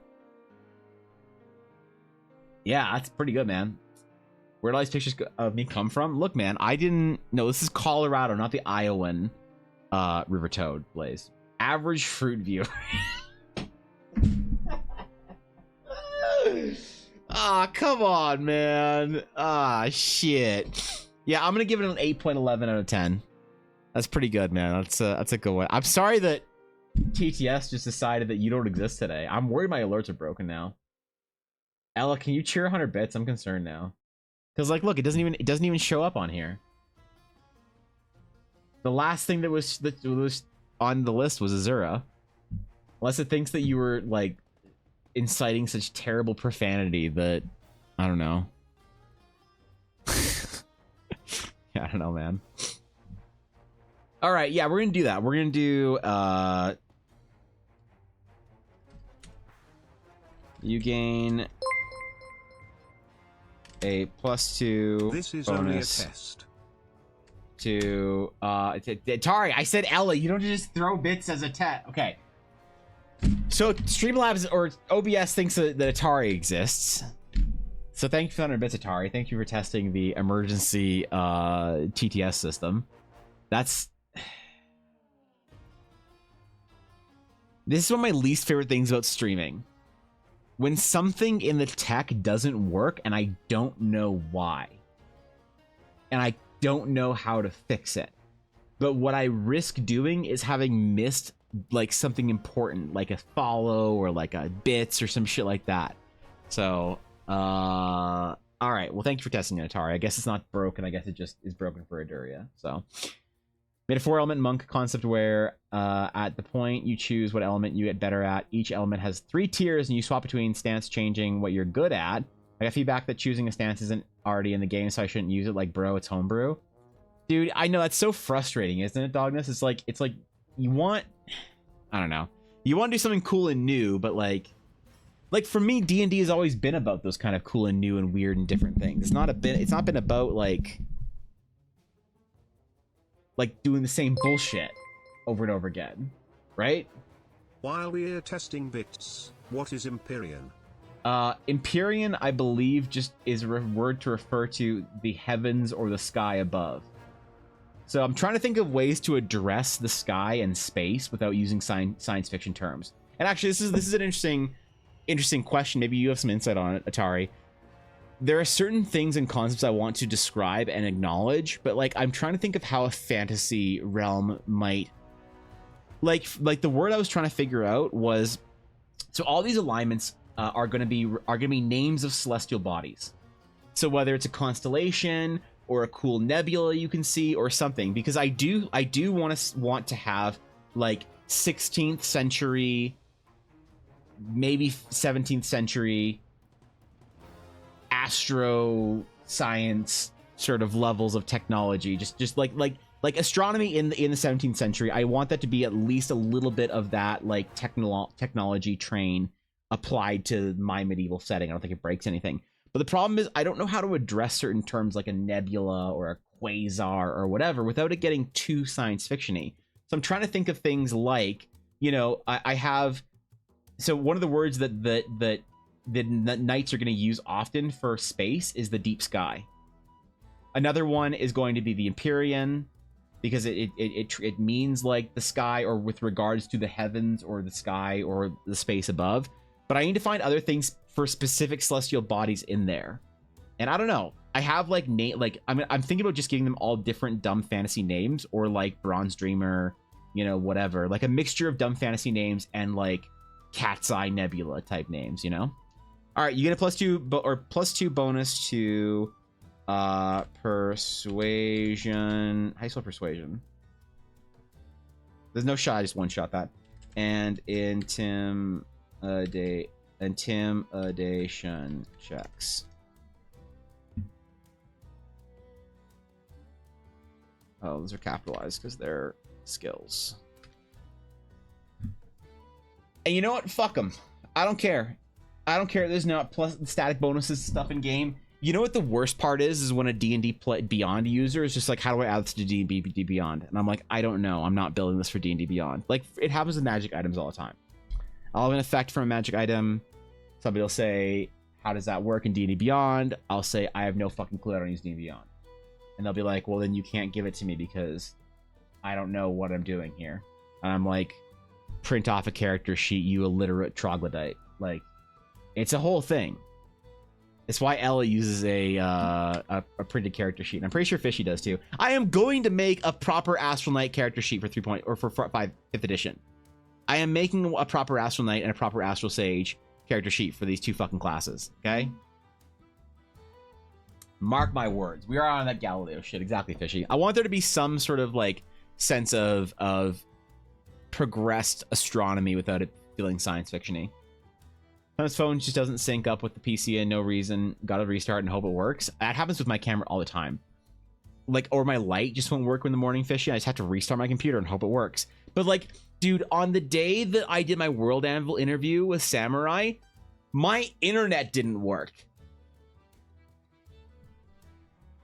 I haven't woken up to my internet not working since like maybe September. It happened and I had to miss a stream over it. But this is one of the reasons why I hate planning, and this isn't Samurai's fault, but like one of the reasons why I never usually agree to do things scheduled, whether it's like go on World Anvil, play in a D&D game, do some shit with a friend, is because I'm so stressed out about stuff going wrong. Fishy, super chilled. She's like, if anything's ever wrong, fuck it, we play next week, no biggie. No problem, right? But when you agree to do something like more formal, like the World Anvil interview, and Samurai posts about it in the World Anvil Discord, and everybody knows you're going to be on there, and then my fucking internet doesn't work that morning, I was freaking out because I got on and I set up a half hour before Samurai and I were supposed to hang out, which is a half hour before the stream was supposed to start. So an hour before the stream, I turn my computer on and everything, and it just doesn't work. My internet's just out. So Ella calls the fucking internet company, and they reset everything on their end, and then we reset everything on our end for the third time. And it worked, thankfully, from them doing a reset on the ISP side. But it's like, dude, this hasn't happened in like 8 months. And it happens the day that I'm supposed to meet with one of my friends to do a show on fucking World Anvil. Like, oh my God. I almost lost my shit, but it stresses me out, Fishy. The establishment types will call the heavens the firmament. Ooh, I like that. I like that. The radicals inside it will use some hippy dippy word. Yeah, fair. Sages should realize that the stars are not really all that firm, so they have a loosey goosey word for them. Yeah, I think I like the sages referring to them most often as the deep sky, but I need words within there for like a nebula versus a constellation versus whatever, you know, because I feel like constellation doesn't break the fantasy. The thing is, the word nebula, it's an old word. Nebula is not actually like a new sciencey word. Nebula is an older word. It's an older like Galileo era fucking 16th century art, like astronomical.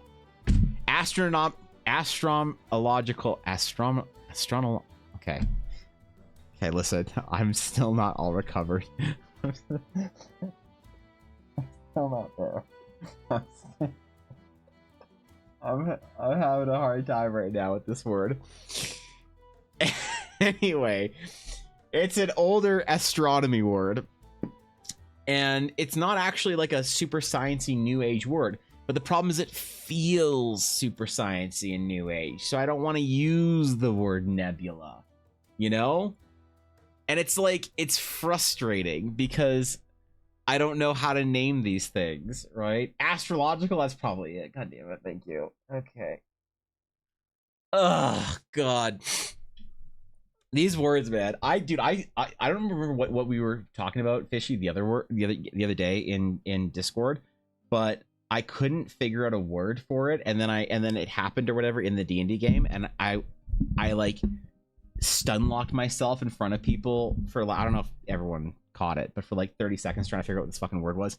Either way, okay, so yeah, +2 bonus to things, not worried about it. Once per turn you can spend rune spells. I need to find cool names for these things, right? Like it's cool to say like a dumb made up fantasy are just word. Space clouds, so why not call them based on clouds? Listen. That's not a bad idea, okay? That's not a bad idea. I want to do like, do I call it the Bronze Dreamer Constellation? Or do I want to call it like a cluster? I say like cluster doesn't feel fantasy and like cool spacey and astrological. Cluster feels like it's too, you know, like. Hold on. Cumulus. Hold on. Hold on. Where's our Astral Sage? I feel like we had.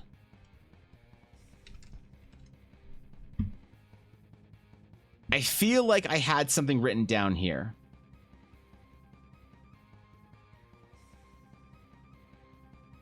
Where's the big... No, damn it. Calculations. I feel like we've been over this at some point in time. Did I write anything down here? Astral Sage is known as these runes act as some sort of focus.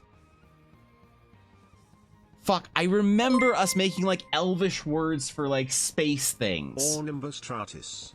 I don't remember where I wrote, like all these notes are just on little bullshit. No, not Star Destroyers. No, god damn it.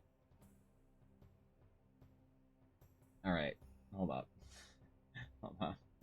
We need to make up some dumb fantasy words for space things. Thank you for 200 bits, DC. I appreciate that.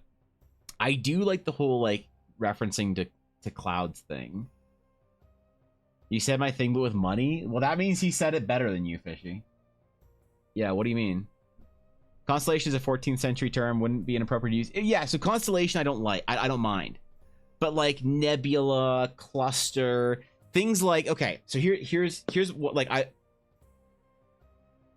when was the first black hole? Like when did we first have an idea of what the fuck a black hole was? When did we first theorize about the existence of a black hole? I think it was pretty recent. Was it 19th century? No, it was 20th century.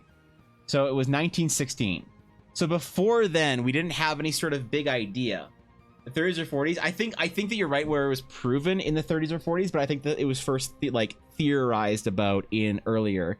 And it says that Einstein predicted the existence in 16th. The general theory of relativity was coined later in 1967. Astronomer John Wheeler. Right. So the problem is there's all sorts of. Okay. So this is an issue. All of the cool space shit that I want to include into the fantasy, like the idea of like quasars and black holes and like all this kind of cool stuff. The problem is we think it's cool, but does the fantasy universe we're trying to write it in know what the fuck these things are? And then also the additional question is, should I care? That's the question. Does it take somebody out of the fantasy? If I say that you're playing this Astral Knight and you learn a new rune spell and you attack something and you crack at it with like a black hole strike, whatever. We're gonna name it something cooler, like black hole obliteration or something, and you attack something, and you basically like deal black hole damage to it and suck all the enemies around it towards it, or something like that. Briefly, does that take the fantasy away of you're this cool astral knight using this cool gravity magic? If we like reference something cool science fiction-y, science-y from the modern day, and am I overthinking this? And should we just have cool things in there in the class design that feels spacey, or does it all have to like sort of work in the immersive sort of context of medieval fantasy? I don't know, man. Fuck. Use your memory place. I'm trying, bro. I'm trying. You call a particular constellation the Hive of Candles. That's actually really legit. I like that. Hawking was the one that proved it from memory. He proved some part about it. I know you're right about that.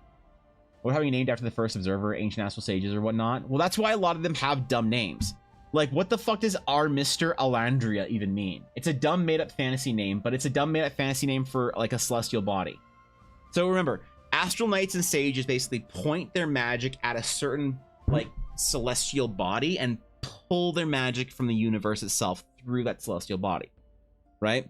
So when you yank the celestial magic from the astral aura, which is like magic at its origin form before it's been like turned to nature or divine or whatever magic, you're yanking this magic through the universe.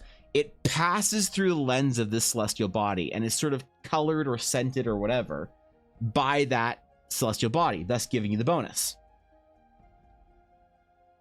Part of me wants to just give them dumb names like the Bronze Dreamer Cluster or Constellation, you know, Cell Elemester and our Mr. Elandria, and dumb like, yeah, these people who like named it initially or whatever.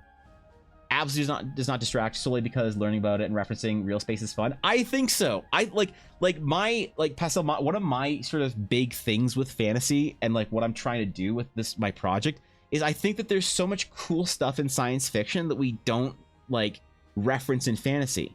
And a lot of that is space.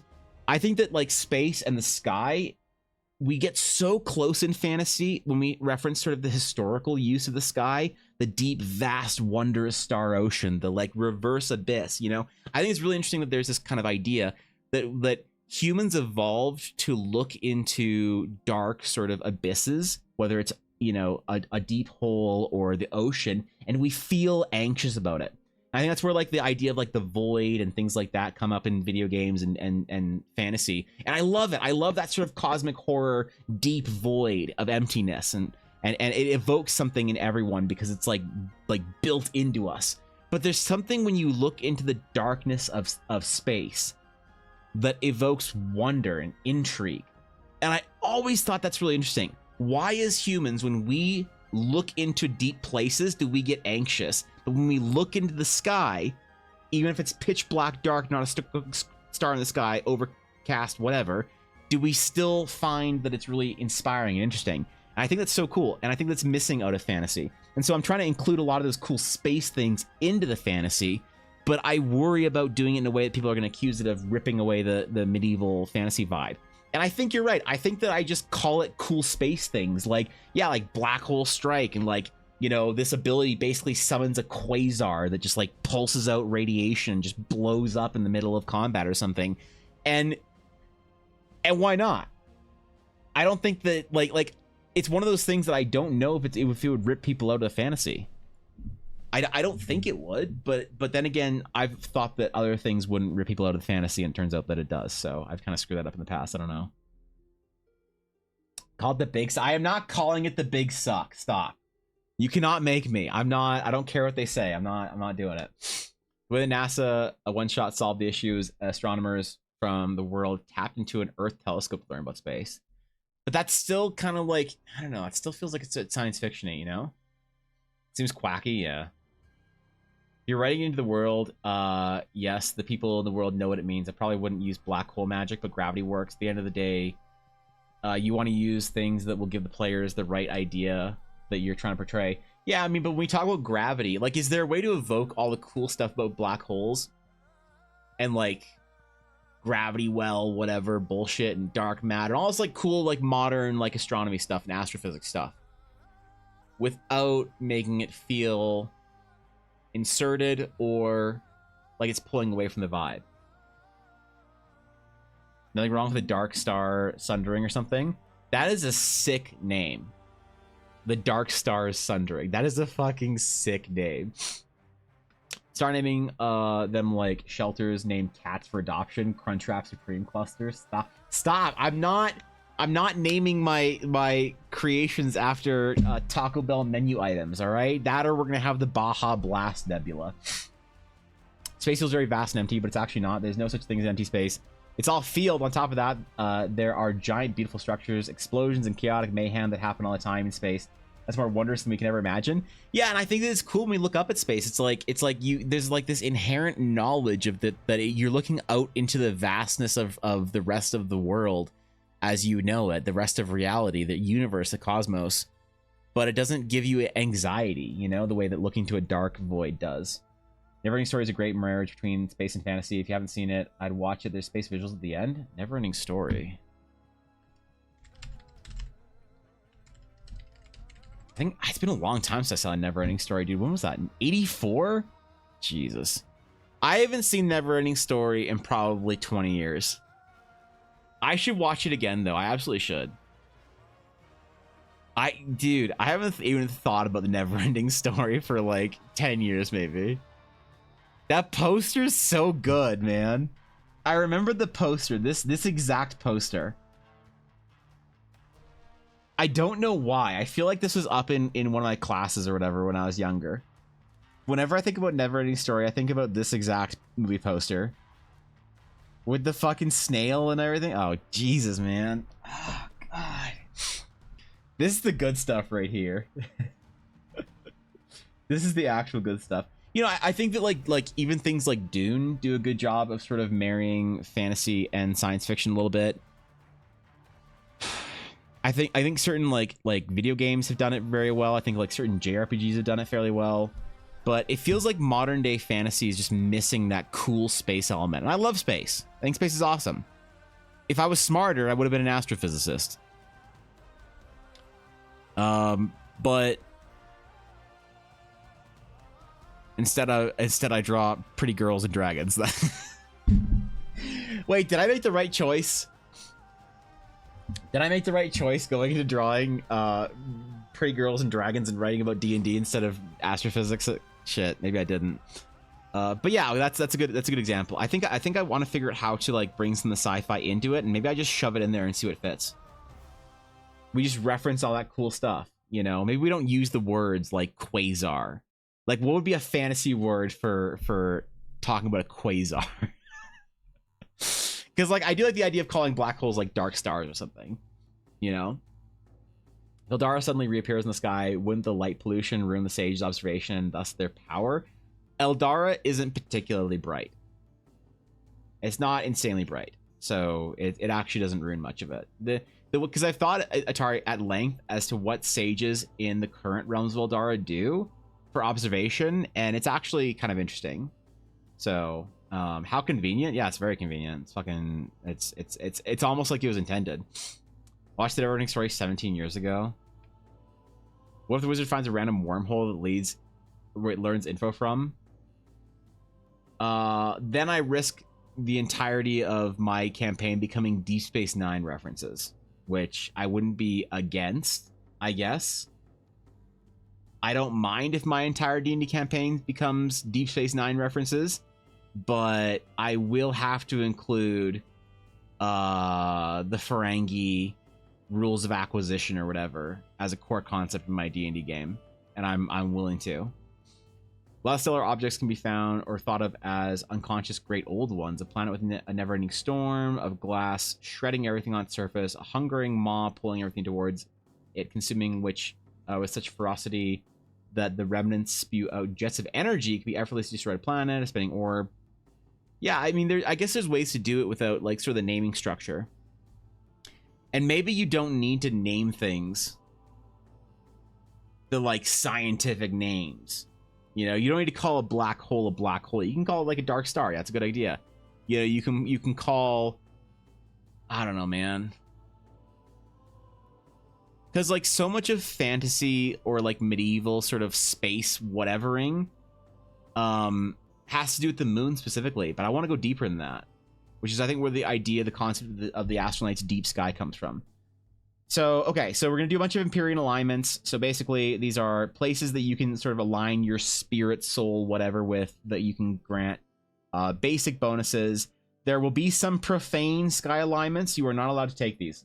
All right, I am not allowing any of my little Astral Knights out there to take a profane alignment.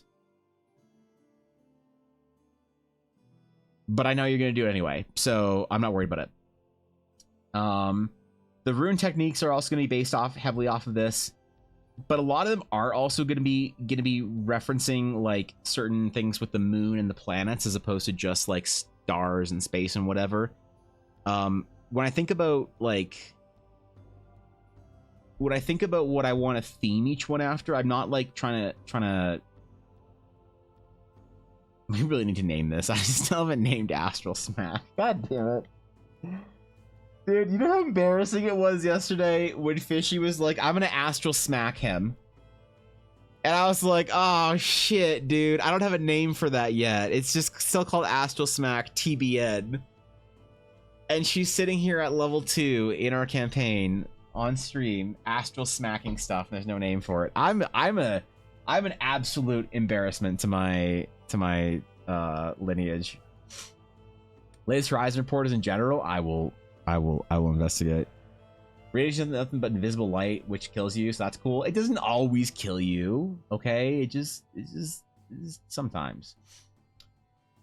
What if wait, beleaguered, is that how you say that? Spaceship being chased by a bunch of patchwork ships seemingly lost since the end of the final voyage crashes into the planet. What if they're from the far off line of 2005 and just want to save the Astropath River? At that point, I'd probably TPK the party. I'd probably kill the party off, kill everyone that, you know, had anything to do with that game off. I'd probably end the campaign, block all the players on AOL and MSN, and then pretend like that game never happened. So, and start our official Planet of the Apes campaign. Okay, so all we need to do right now is we need to figure out the wording and stuff on a bunch of our rune techniques, as well as our Empyrean alignments, which is our passives and our active abilities. And then we need to write out the Gates of the Eldari. And the one thing that I don't have here that actually should mark down as not finished is under Tanrai technique. Here's one thing that I don't have fully worded out properly, is the spell reflection. So it works like a monk's arrow deflection, but for spells. The thing is, though, okay, so starting at 3rd level, you can use your reaction to deflect a spell when you are hit by a single target range spell attack.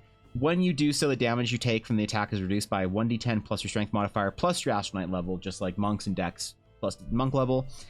If you reduce the damage to 0, you can reflect the spell. If you reflect a spell this way, you can spend 1 rune to make a spell attack, just like you spend 1 key point, at a range of 60 feet using your attack modifier.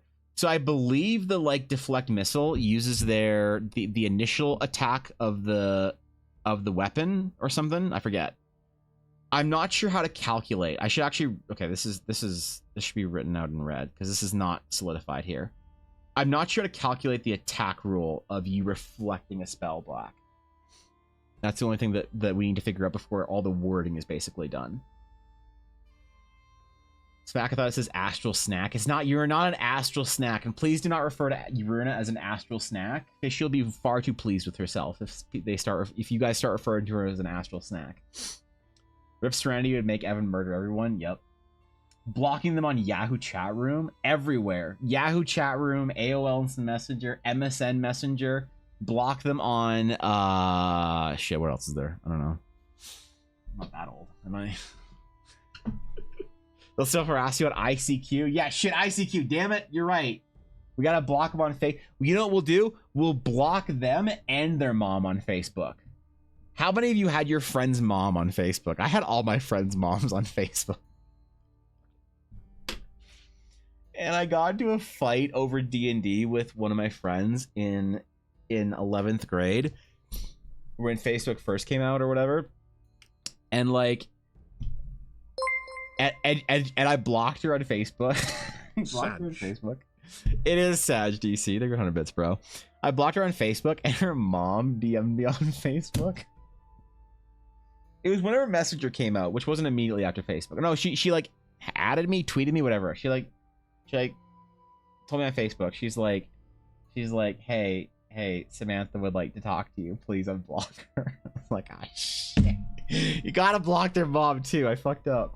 Blocked on Neopets? Okay, that's serious then. That's serious. Once an argument or a friendship issue takes it to Neopets, that's when you know that you're actually having problems. All right, your D&D game. If you block them on BattleNet, that's even worse. You know, if you can't message your friends on you're playing Diablo, the boys. That's tough. I never had to block you on Neopets. I don't think I ever sent anyone a message. Blocked on Wizards 101. I never played Wizards 101 because I was too busy playing World of Warcraft. All right, come on, a real MMORPG. Let's not mince things up.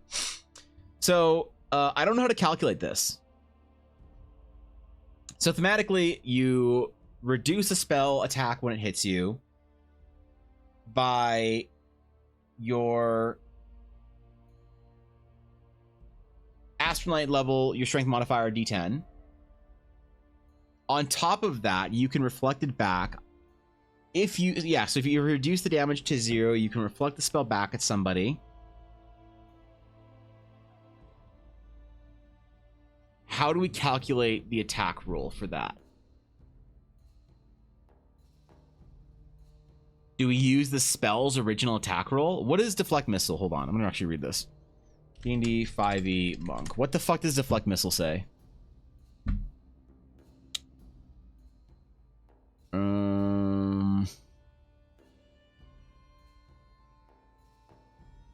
So Deflect Missile. So Deflect Missile says, if you reduce the damage to 0, you can catch the missile if it is small enough to hold in your hand. And if you don't have at least one hand free, if you catch a missile this way, you can spend 1 key point to make a ranged attack with a range of 60 using the weapon or a piece of ammunition you just caught. Wait, you can catch a bullet like that? Oh, shit. As part of the same reaction, you may make this attack with proficiency, regardless of your weapon proficiencies, and the missile counts as a monk weapon for the attack. How the fuck would you do that as a spell attack?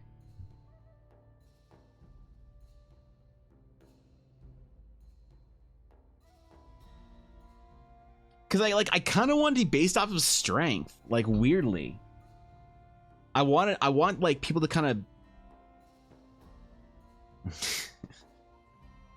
and somehow include space in it. God damn it! You blocked me off Facebook, and now you're gonna die. God damn it! Not again, Facebook. Reflect back whatever was carried over. I'd say 3 damage, and you negate 5. Reflect 2 back. You want to reflect back everything? Oh shit! Imagine shooting some guy with a stick and they just grab it and throw it back hard enough to kill you. Yeah. I could say using the original spell attack roll. Like, that would be the easiest way to do it, right? Make a spell attack at a range of 60 feet using your... That'd be easy, but it's not cool. It's not fun. Because it doesn't imply that you are then in any way kind of like directing the attack.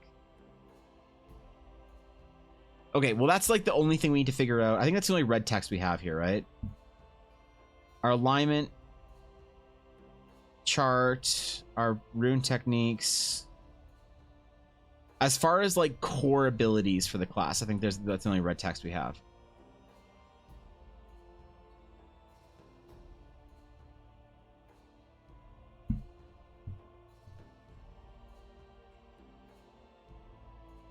The other thing was, I really need to make a list of things we need to do to finish the class. The other thing was creating a piece of art for the class. I don't think that I can use Charlotte. I don't think that Charlotte's a very good Astral Knight example.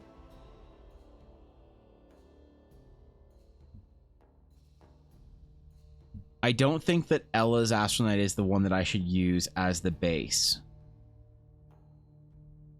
Just thinking about it. I feel like I should do a more generic looking Astral Knight. So I'm also trying to envision how we're going to format this for like a PDF or whatever, because I want to include a bunch of art with it as well. Like I'd love to also include like cool, like with Tanrai Technique, the spell reflect thing. I want to include like a small piece of art of an Astral Knight deflecting a spell, but I want it to be cool and spacey. Like I want them to, when they like hit the spell with their sword, for it to like turn all like cosmic or some shit and deflect the attack back. Just use the Knight spell attack value. They don't have one. They do. Spellcasting ability. The spell attack modifier is proficiency is prof plus charisma. So I could do it. I could have the Death Knight, the Astral Knight use their like make a spell attack with the spell. How would you word that? They make a spell attack with.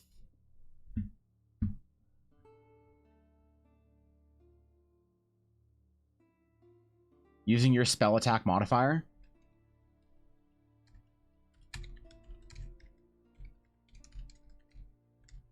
The problem is that doesn't have to have anything to do with the strength, the weapon. And I kind of want it to be a physical act. Right? Like, I don't want it to be like you're absorbing the spell and then shooting out another spell. I want it to be like you are deflecting it masterfully with your sword and then chunking the spell off to somebody and sending the firebolt right back to them. But that could be kind of complicated, and maybe I don't need to make it complicated. Maybe I just use the spell attack modifier and fucking relax. Right? Because that's super nice and easy. I don't have to have proficiencies or whatever, or figure out the strength, or, you know? Because, like, what I want to sort of say is you make a melee attack, or you make a spell attack using your melee attack modifier with your Astral Steel Longsword. But that's complicated and weird. That's dumb. We should just do spell attack modifier. Yeah, all right. Let's just stick with spell attack modifier instead of saying you make a spell attack using your Astral Steel Blade melee attack modifier. That's just gonna get unnecessarily. Because sometimes when I'm thinking about this, the complexity issues and like naming things and whatever for like the space, and is this too science fiction, is this whatever. Sometimes I think there's a good place to like sort of let it like some give happen, where you just say, let's just mechanically write it this way and it's fine. We're just not going to worry about it. We're going to call it this thing or have it work this way. And yeah, it's not completely accurate to what the sort of thematic ideas behind the concept or behind the ability, but sometimes that's okay. You know, let them come up with a flavor, batter up. That's the kind of thing I want to do, right?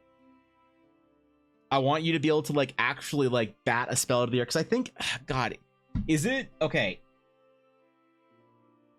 I'm not gonna start World of Warcraft. How does this work in World of Warcraft? Death Knight spell parry.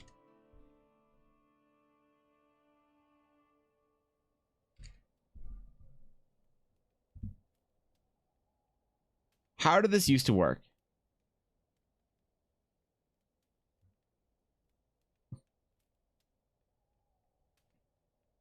You used to be able to parry spells, I think, right?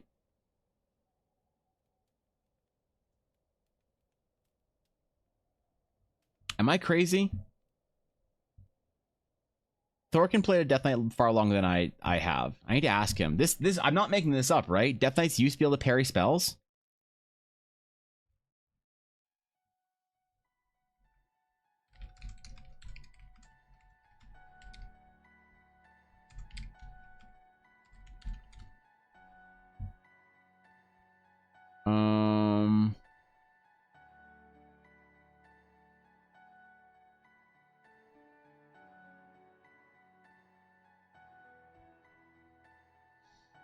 Okay, I literally can't find it.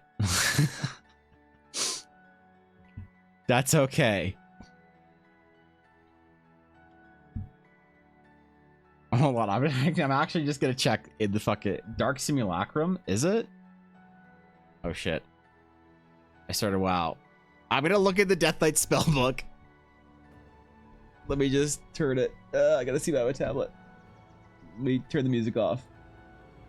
System, audio, off, close. Close. Is it Dark Simulacrum? Hold on. Wow, Death Knight, Dark Simulacrum.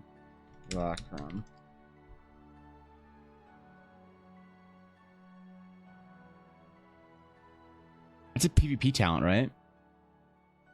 Plus Dark Ward, an enemy player that persists for 12 seconds, triggering when the enemy next spends mana on a spell, allowing the Death Knight to unleash an exact duplicate of that spell.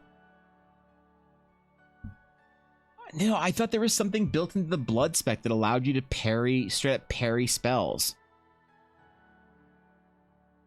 Am I fucking crazy? I'm opening my spell book. This might have been like a Wrath of the Lich King thing or whatever. Switching specs to blood.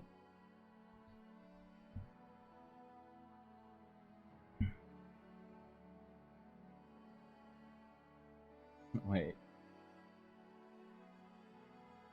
Is this, where's the spell book? Where's the spell book? Am I crazy?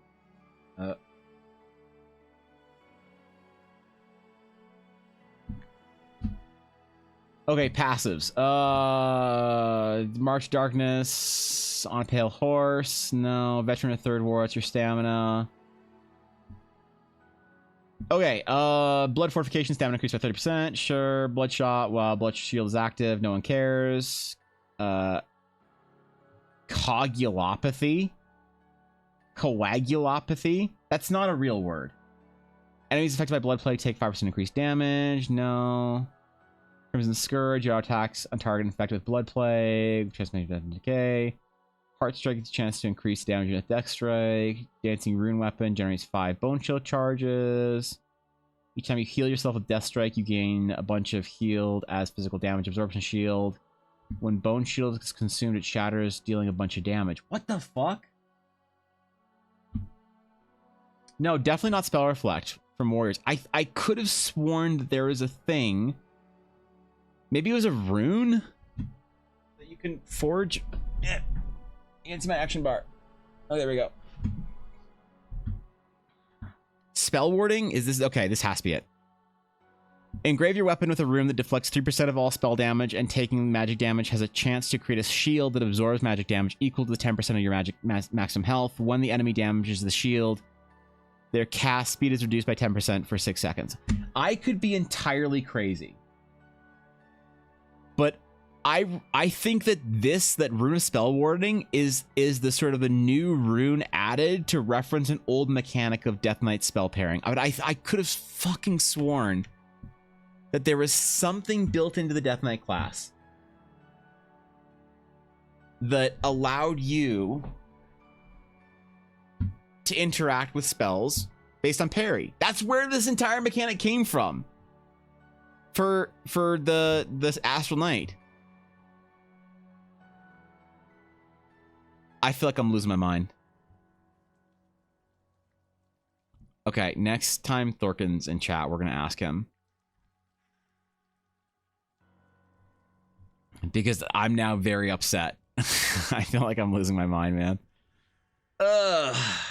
Okay. Okay. Okay. Okay.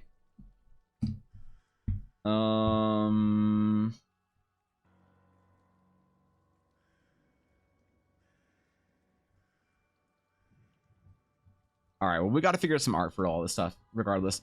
I think I'm happy with the... I'll ask... What I'll do is I'll ask for specific feedback from people with Tanrai Technique to see if there is a issue with just using your spell attack modifier. But, like, okay, I'm trying to figure this out. Is this ability completely and absurdly, ridiculously broken?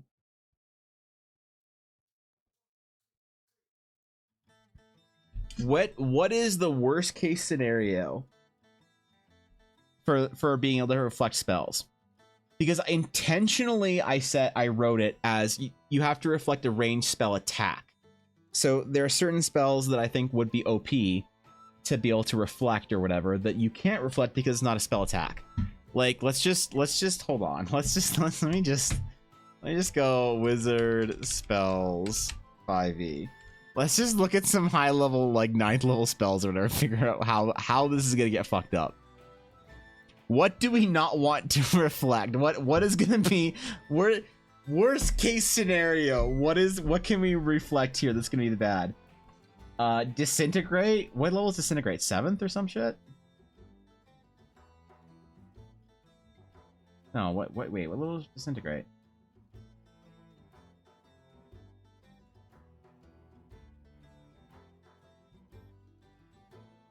Power word kill?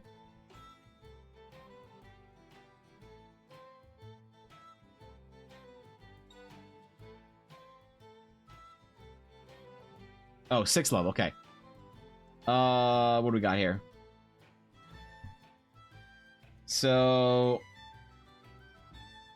a thin green ray sprays from your pointing finger. Creature targeted by the spell must make a dexterity saving throw. So it's a saving throw.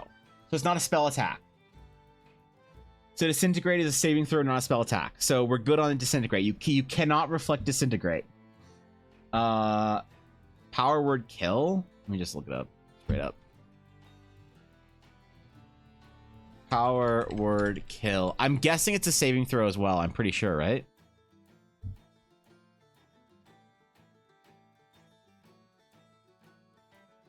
Wait. You utter a word of power that can compel one creature you see within range to die instantly. If the creature you choose has 100 points or fewer, it dies. Otherwise, the spell has no effect. So you also cannot reflect power word kill. What is the biggest, baddest spell that you can reflect that's a spell attack? Meteor Swarm. He just reflected entire Meteor Swarm. Oh, God.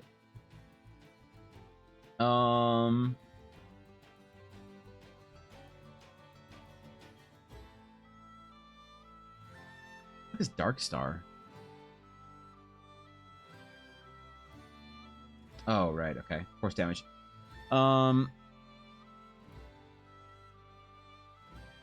Like Fireball is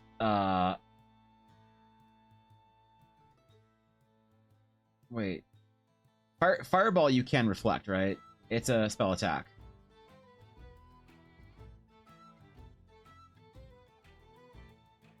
Oh no, it's AoE. Sorry, I forgot.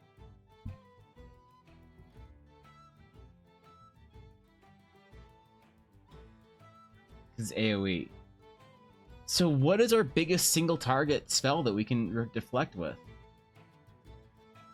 Did you do saving throws? Yeah, well that's intentional because I don't want you to be able to reflect like the biggest, baddest spells out there. Inflict wounds. Inflict wounds.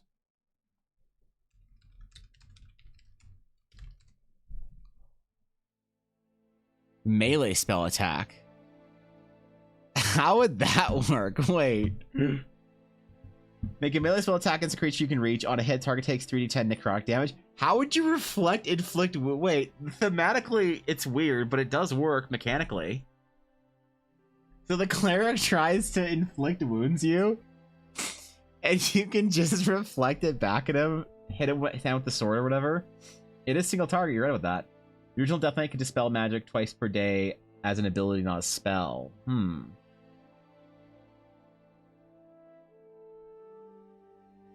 Largest, like what's chain lightning is not.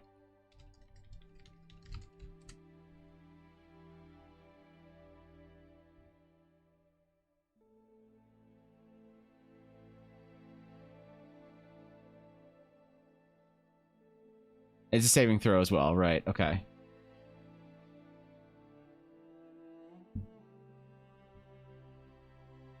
Man, should I change it to be a spell attack or a dex saving throw? Or is that that probably is way too overpowered. That's probably too much if I include dex saves into what you can reflect, right? That's just not cool. That's super not cool, is it?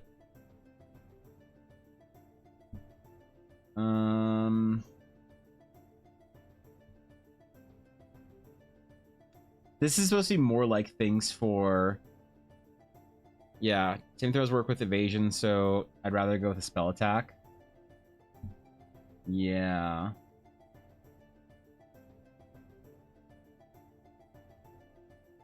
I'm just trying to figure out what the biggest spell you can reflect is. Because it's mostly designed for, like, cantrips and stuff, you know? Like Firebolt. Yeah, you can Firebolt someone, whatever, man. You know? No biggie. You just deflect it. It's not supposed to be for things like Disintegrate. Oh my god, what if I add that in at, like, 17th level? What if you can reflect Dex saving throw spells at... Oh god. That's too much, isn't it? Scorching Ray that has 3 rays to it?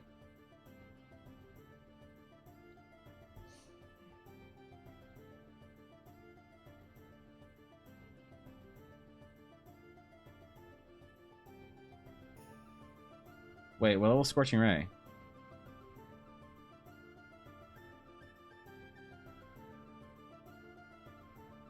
Wait, what?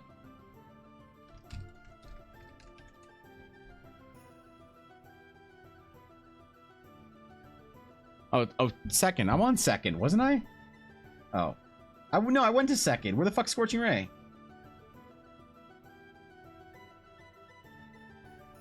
Oh, it's right there. Okay. I looked through second level first, and I just missed it because I'm dumb. 3 rays are targets within range. You can hurl them at one target or several. So I would still rule it that you can deflect a Scorching Ray. In my game, I would still rule it that if you get Scorching Ray, you can still deflect it. So I get that it's a single target, and there might be a better way of wording it.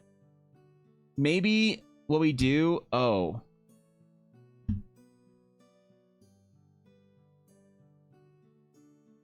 You know what? So we initially said single target range spell attack. I think we just say range spell attack. I think we remove single target out of here.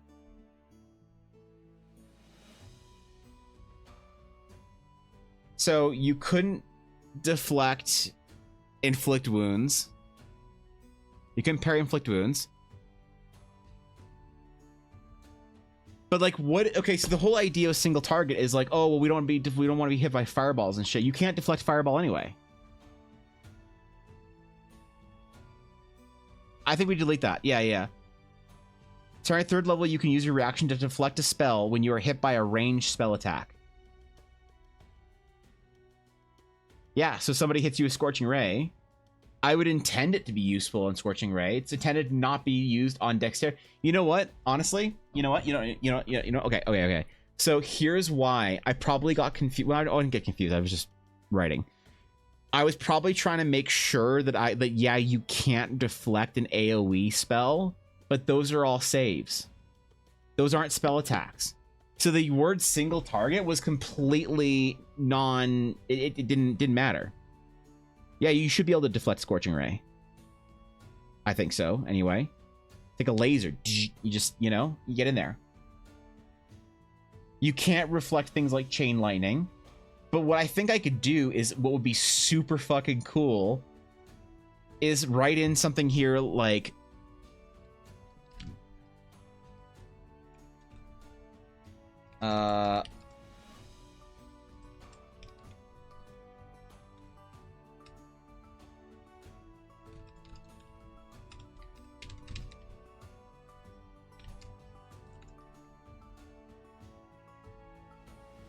You may also use Tanrai on spells that require a dexterity saving throw.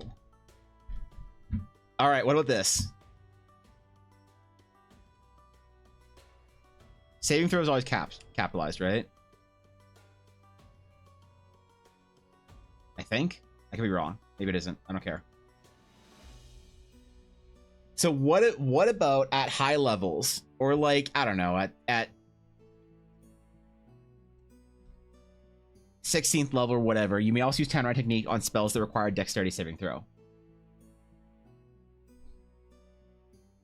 Like, how does that? Okay, so I think we can all agree that if you can use like the biggest spell that you can really deflect with Tanrai technique is going to be like Scorching Ray or something of that variety.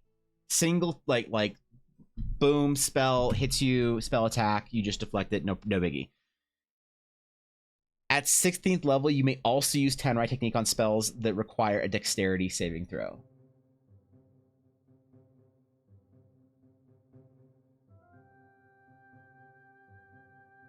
What's the possible problem with that, besides it being really cool?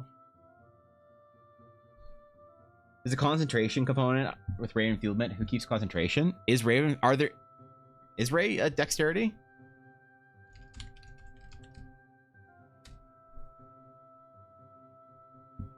I guess you do.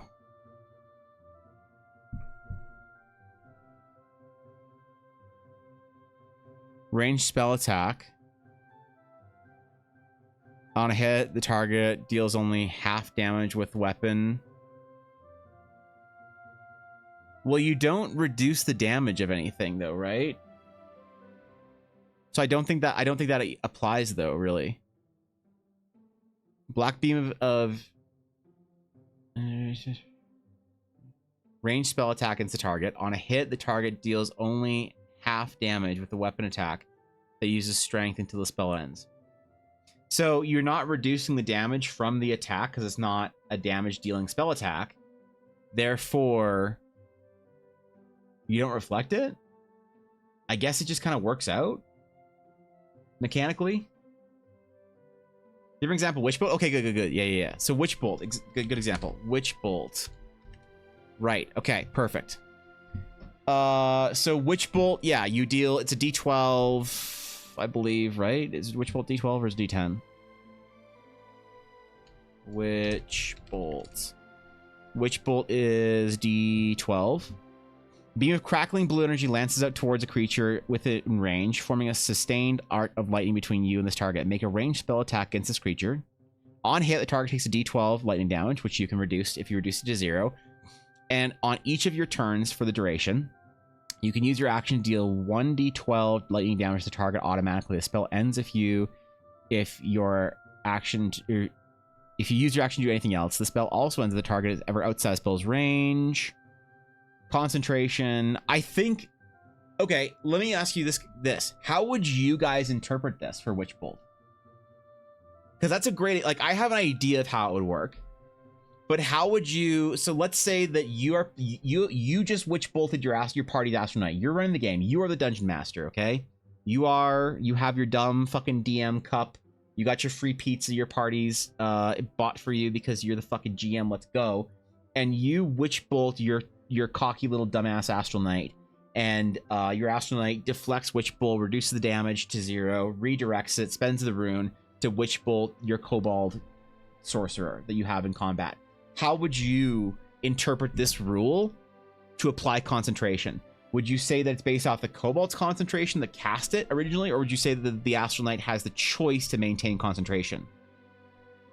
This cast bolt to, if you're not concentrating their spells, they take D12 and that's it. I would say the magic comes from the initial caster. The PC redirects it. The caster should control concentration. Okay. Does anybody else have any idea here before I spoil how I think it should work? Let me just look at Chaos Bolt. What the fuck is Chaos Bolt?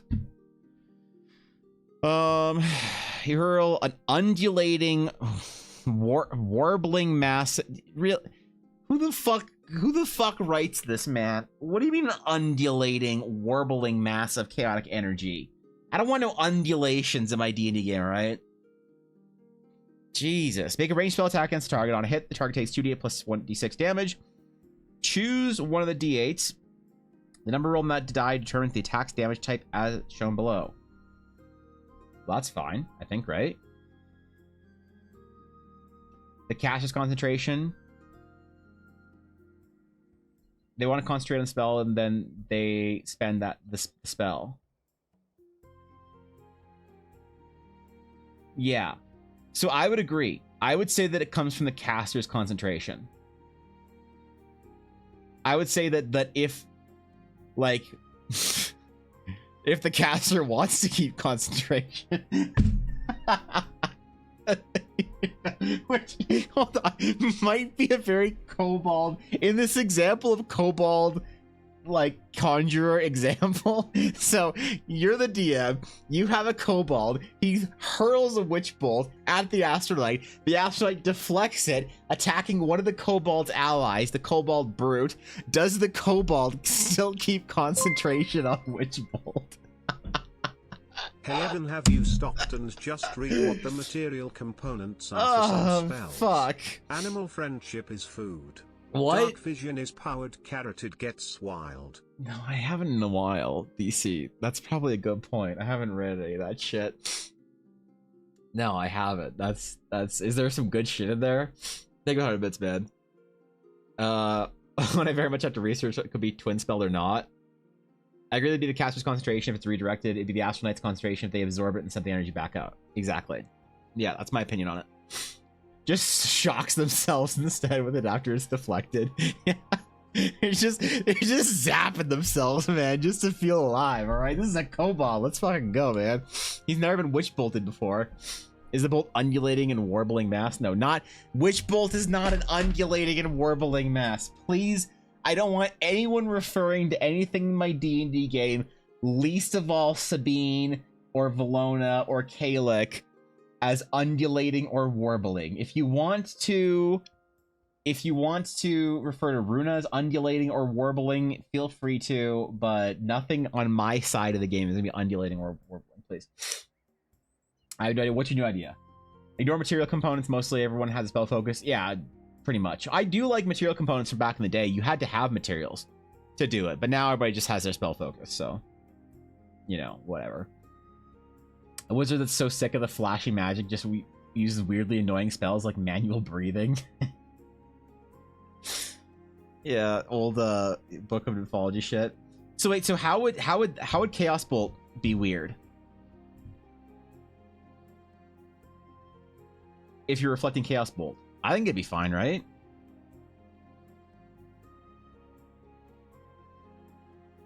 Like so the caster would roll the damage type as well.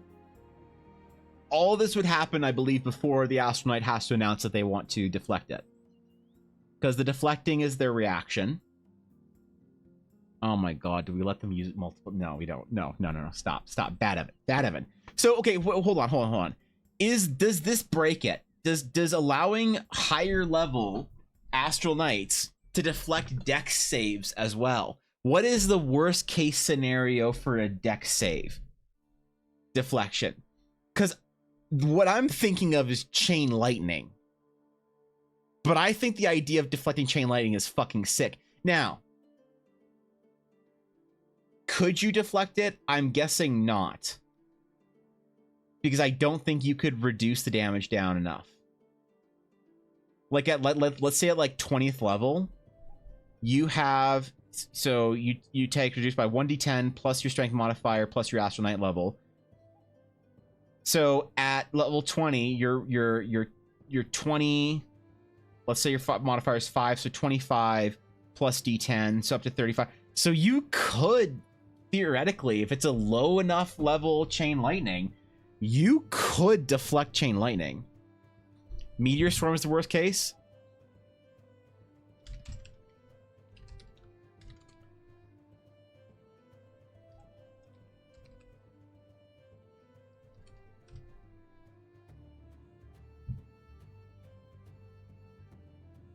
Wait, what the fuck just happened?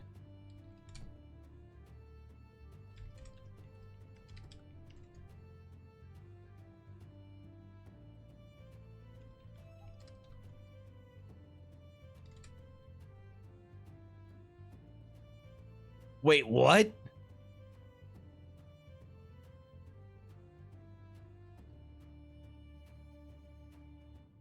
Wait. I just Googled Meteor Swarm. Have you guys Googled Meteor Swarm before? Wait. Is this normal? Look at this. I hit enter. What the fuck was that? Google. Wait, what?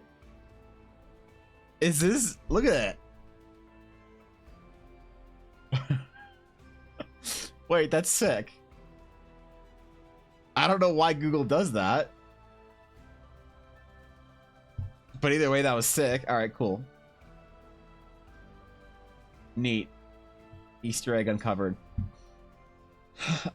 Blazing orbs of fire plummet to the ground at 4 different points you can see within range. Each creature within a 40-foot radius sphere centered on each point you choose must make a dexterity saving throw. The sphere spreads around corners. A creature takes 20d6 fire damage and 26 bludgeoning on a failed save, or half as much damage on a successful one. A creature in the area of more than one fiery burst is afflicted only once.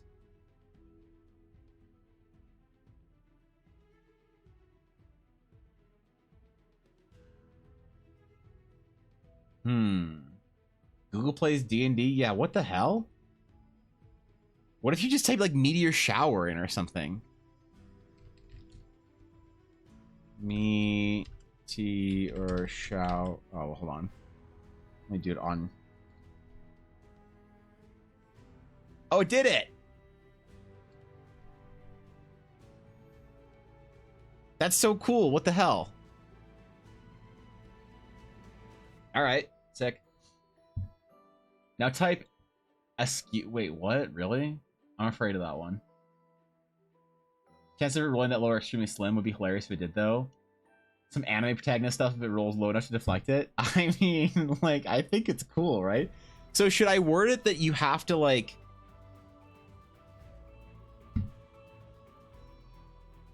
that you have to fail the dexterity saving throw? Or something? Like, I don't know.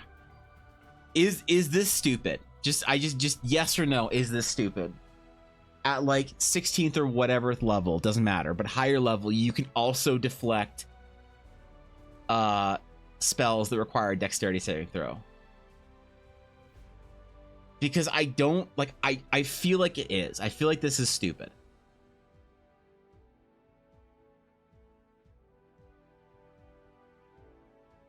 But I like it. And I want to keep it. And I don't know why. Because it does feel like some anime protagonist shit. Like, I'm envisioning you deflecting a fireball. Or you deflecting chain fucking lightning. I think at level it should be fine. By that level, you're hitting godlike levels of power anyway. Right? Like, yeah, screw it. I think that it's probably like within the theme and flavor of the Astral Knight to be able to like once you hit like we'll call it like Master of Tanrai or whatever. Or some shit.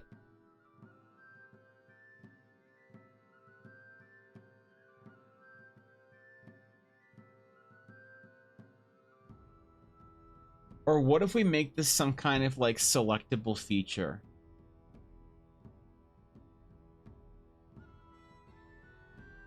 This feels to me like a talent choice. Like, at 16th level, you can choose to master, like, one thing or whatever, if you want to choose to master Tanrai. We don't have many choice nodes like that, so it doesn't matter, I guess. Fuck it. Where do we need to add stuff in? Is 16th level too low? I mean, you just get an ability score improvement. We could just put it at 16th level. That's not bad. This is dumb though. This is really dumb. Like what we need is we need to figure out we need the power gamer glasses adjusting rules lawyers here to tell me all the reasons why you shouldn't be able to deflect a dexterity saving throw attack. Like, why is break some kind of a D&D experience in a way that is going to ruin a game for people? There's funny searches you can Google. Is Google down?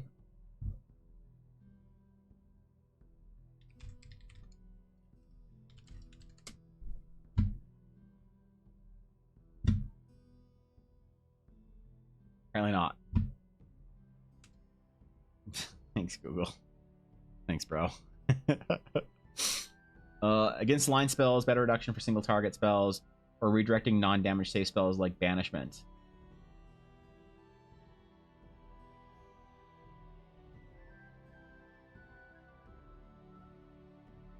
So like you can choose.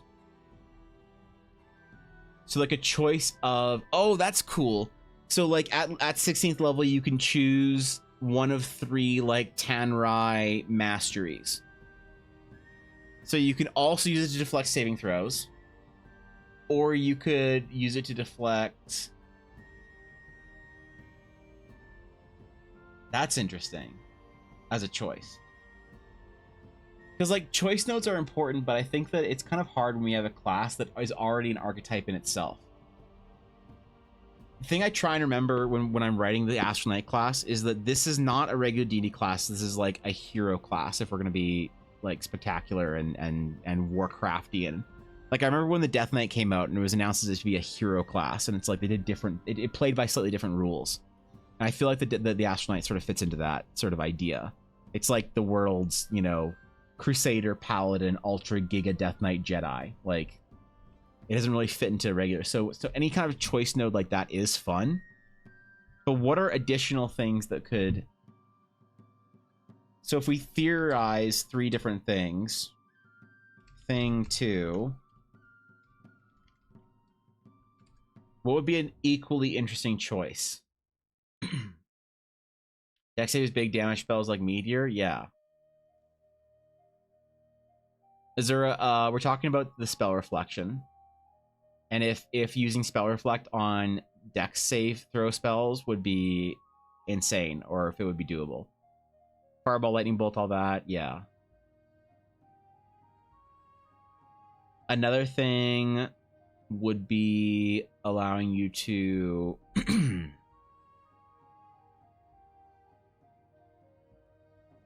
maybe we don't keep it as a choice now. Maybe we just add it as a bonus in here. Master Tanrai. Feel like spell turning? What is spell turning worded?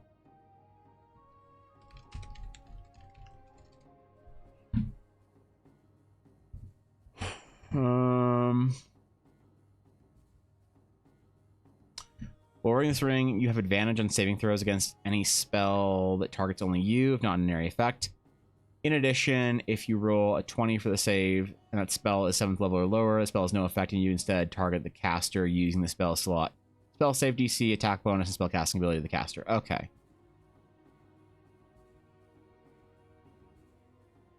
That's interesting. So thing 2 could be, like, choice 2 could be deflect any single target spell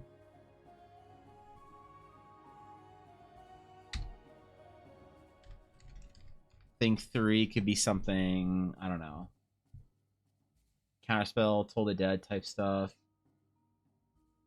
I'm leaning towards duelist because of damage cap, right? Like the amount of times dagger that you would actually be able to reflect a chain lightning, a high cast fireball, lightning bolt. Lightning bolt's dex save, right? Right. Lightning bolt is dex save. Yeah. Okay.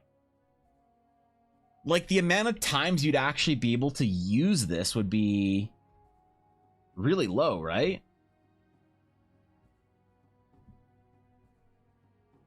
Found insane Easter egg. You can use your phone as one of those bubble rulers by Googling bubble level. Oh, really? That's actually sick. That way, that's actually useful. If you're scared of making something OP, always remember silvery barb as little ones. Okay. All right. Fair enough. Yeah. Yep. Basically, if you succeed on the save, you can expand and discharge the thing and reflect the targeted spell back at them, causing them to have to make the save instead.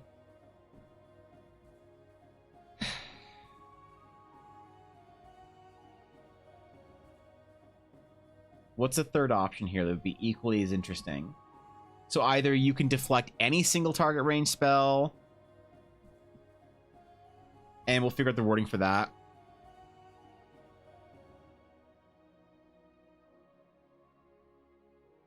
You can spend a rune and a reaction. You may also deflect. It feels like it could get overpowered, like actually overpowered quickly. Like power word kill or whatever. You're just like doink. You know? They have to roll especially bad or use a little spell that slot at the point for it to be deflected. You know what? I think I'm okay right now making it a single, not a choice node.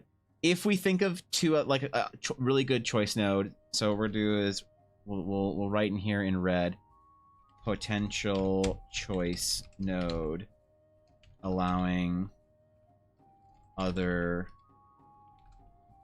spell other correctly, mastery bonuses like deflecting any single target spell. Great. Lead the Cloud Rune wild ability. What's Cloud Rune? Rune Knight Cloud Rune feature. Let's see. I never actually played a Rune Knight before.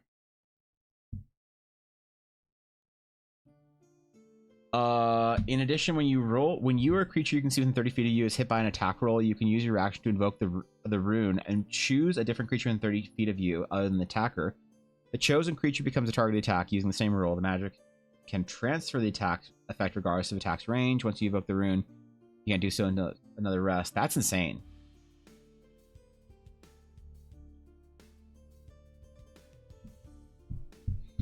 That's any attack though, right?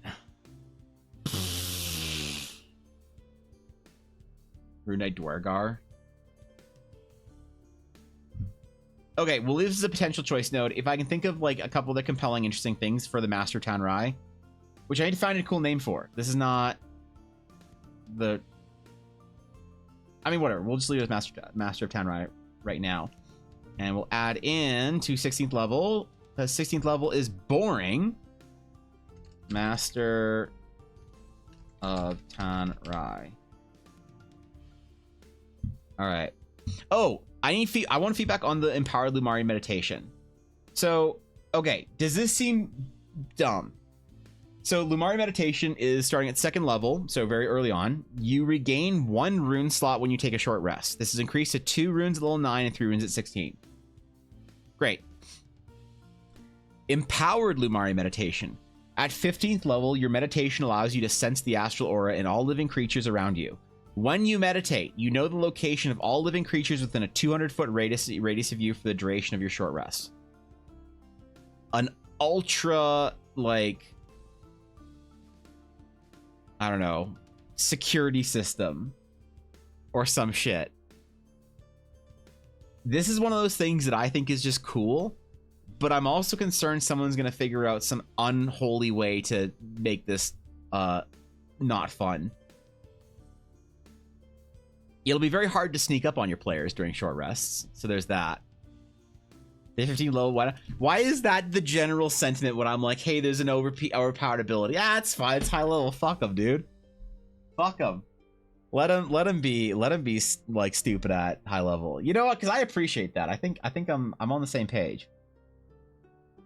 All right, so 15th level you get empowered Lumari meditation. At 16th level, you get your ability score improvement plus Master of Town Rai. At 17th level, you get the Grace of the Aura. This is your 16th level is your cheat death mechanic. Little things that can cross 200 feet pretty quickly.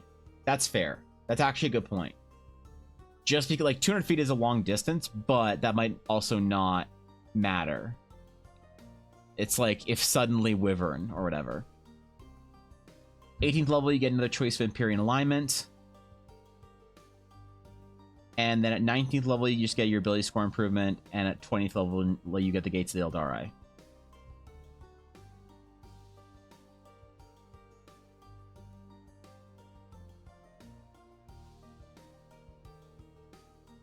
Dude, I think we're actually really close to finishing this class out.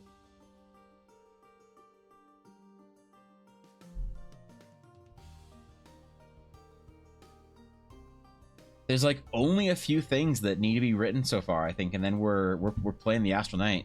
So wait, so Fishy's level 3 right now. So what does she have? I forgot to look that up. So, oh, so Fishy gains Tanrai Technique at level 3. And then she already has her... Let me send that to her, actually. Let me message this to her. Actually, I'll just do it in our stream game discussion.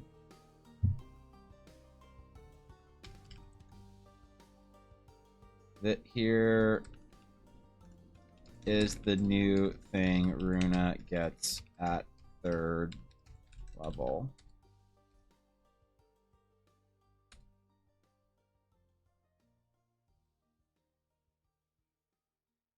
Boom. So the question is Fishy going to remember that she can reflect spells or reduce damage from them? Falling down takes 1 turn to get up. Right. And you get your tiny hut at 5th level as a spellcaster. I'm so done with like mansions and tiny huts and like any extra dimensional space. I'm not adding them in. Your armor on, sucks to be you. Right. It's the reason Bells get 3 caps at 12. Yeah, actually.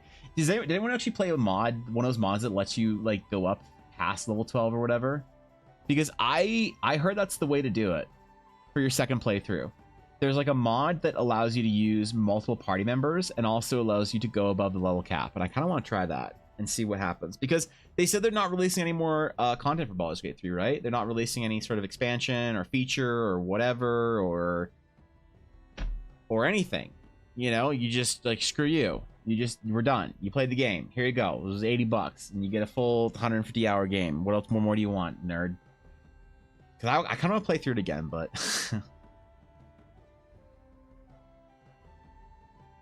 Potential choice node allowing another master bonus like deflecting a single target spell. Ability score, improvement, extra attacks.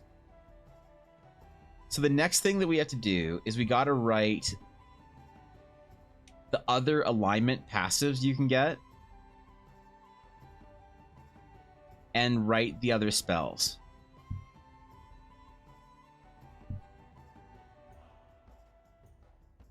Draw powers from a rune on your blade to enhance protective magics on your tattoos. You temporarily gain hit points equal to your charisma modifier plus proficiency bonus d6s.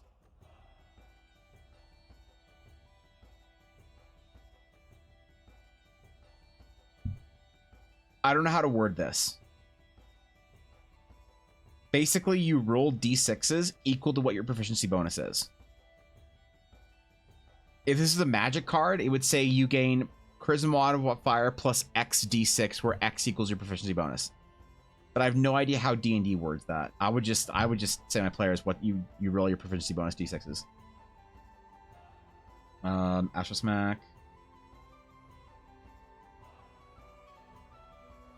And then Astral Smack also needs to increase in its potency at some point in time. You multiclass for 12 or you crash the game. Okay, well, there's that too, I suppose. I don't want to crash the goddamn Baldur's Gate game, okay? Lose my save file again. I will be right back real quick. I'm gonna get, because I'm completely out of water, I'm gonna get new water. I need water. It's dry in here. I live in Canada. Leave me alone. Be right back.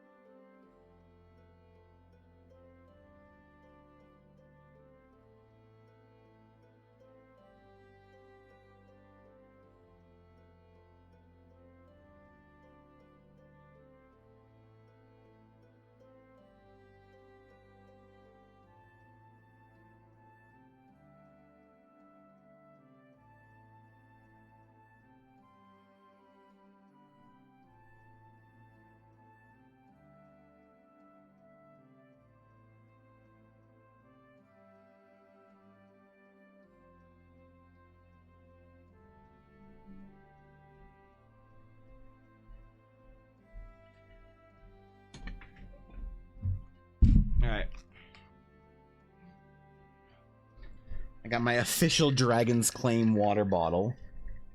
Look at it. Look at how nice it is. Look at how official I feel.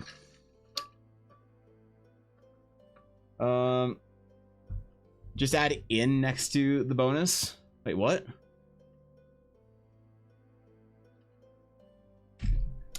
For what? For the shield? No revolts? Yep. Blaze, everybody's a good boy here. There's mods upgrade classes past 12. There's mod for spells above 6th level, but I don't...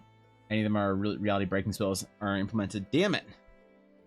Yeah, you can't do certain things for, like, how would Wish work?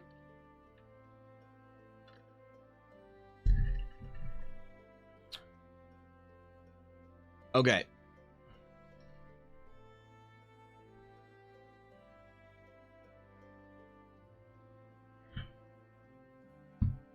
So...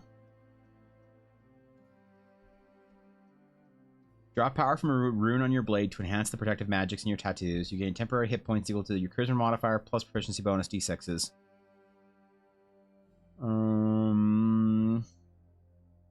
I want to probably have like 6 maybe rune spells on... I don't know, I should probably have like 10. For the beta release of the class, which I want to be this weekend if I can, I should probably have 10 rune spells. And then the progression. Oh, I need to write the progression.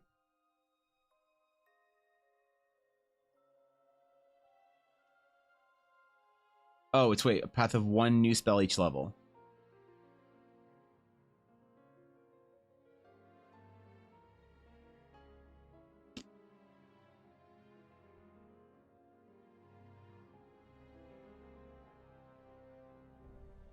Okay, never mind. I got that covered then.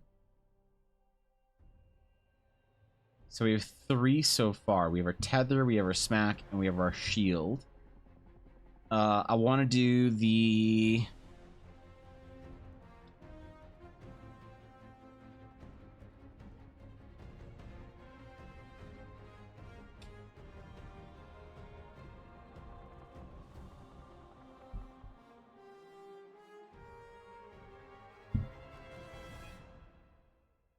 This is the ignore armor.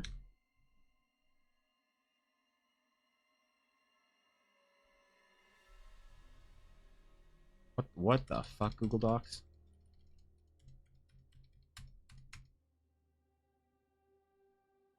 Okay, whatever. Cast time. Here with an attack.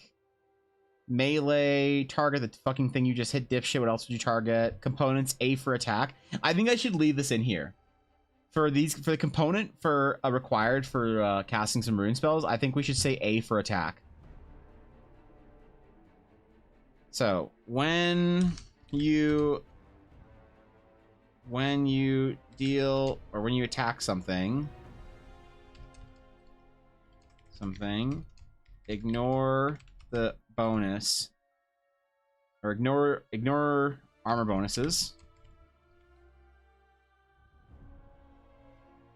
Ignore physical armor bonuses. Your blade shifts out of reality slightly. Ignore physical to armor bonuses while attacking. So this one is just a basic ignore armor spell. The next one we were going to do is an AoE cone attack.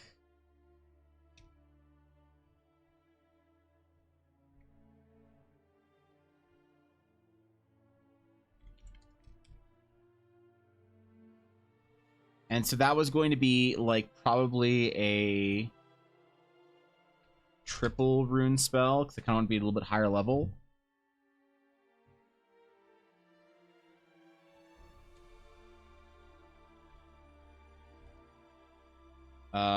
Make an arcing strike, dealing a bunch of damage to everything in a cone.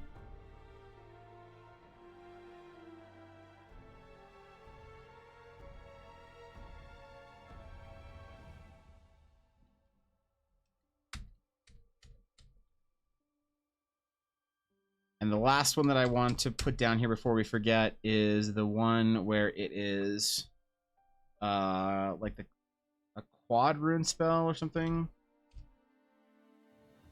Do 4 rune spell. So this is gonna be a cool one. This is make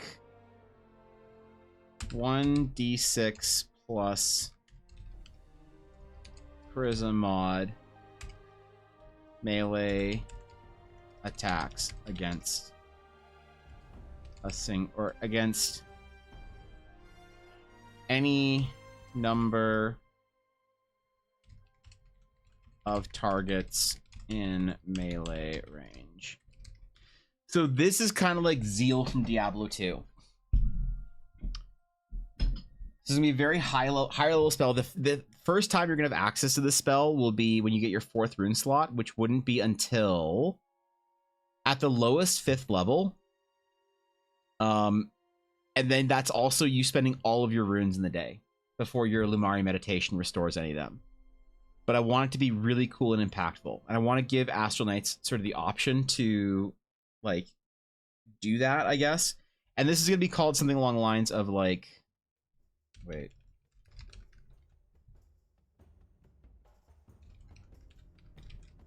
Constellation Blaster. We're gonna code name it Constellation Blaster for now. But I think that that's actually not too OP.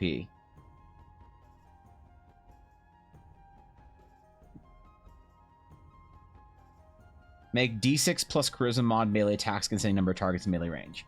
So the most you could do at level 4 would be like, if you had a 3 charisma, would be 9 attacks. Wait, that's a lot.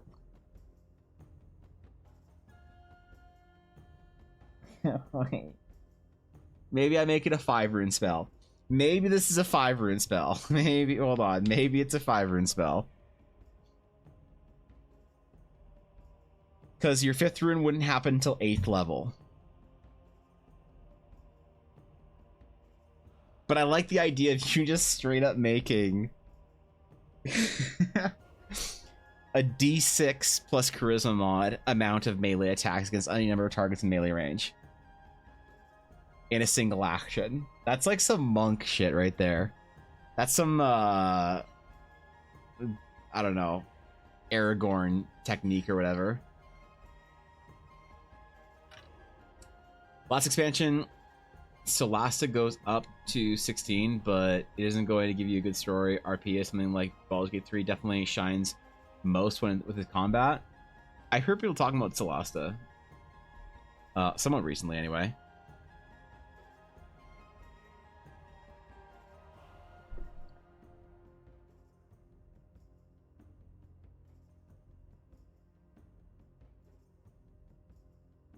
I feel like that wouldn't be too overpowered if that's the only thing you get to do all day. At 8th level, between 4 and 9 attacks. If that's the only thing you do in that day, I think it's fine. Called the Ignore Armor spell, the Unshielding. Ooh. The Unshielding?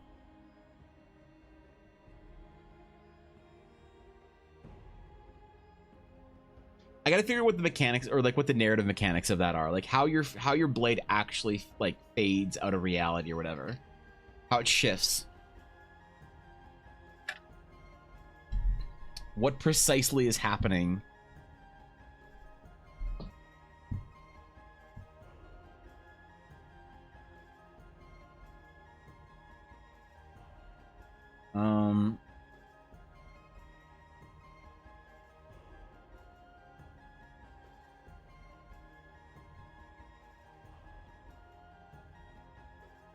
And then how many spells are we gonna have access to? How many runes?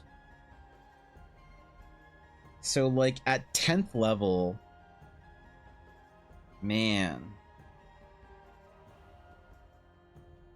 I wonder if the most expensive rune spells should be like 5 runes. Phased Blazing, that's pretty good. When you say Phase Blade, I just think of Diablo 2, and it ruins it for me.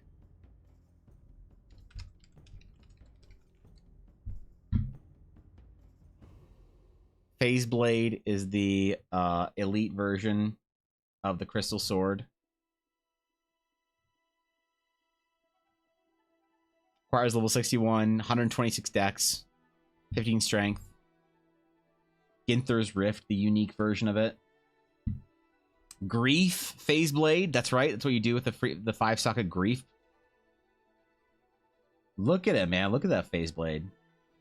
Holy shit. I can put some Diablo Easter eggs in there. Why not? F Blaze Big, classic rune word. Yep.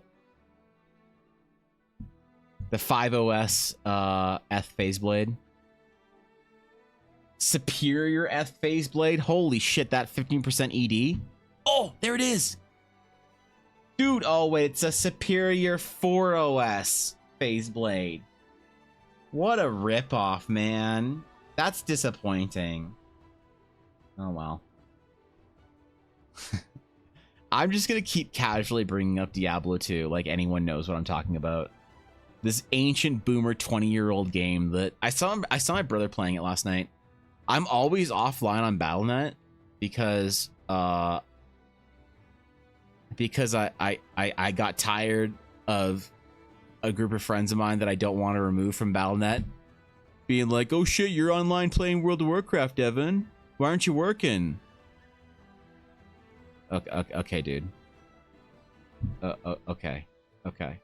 I'll be like AFK in Valdrakken, and they'd be like, "Lol, Kek, I see you're playing video games instead of building your world. Kek, lol, I guess you're taking time off." You're like, "No, idiot, I'm AFK in Valdrakken waiting for a fucking cute dipshit." So I'm always offline, but I saw my brother was online. I saw him, he was playing Diablo 2 Resurrected last night, and I was like, good. Good, attaboy. It's clearly going to an alternate plane of dimensional space. Probably about right.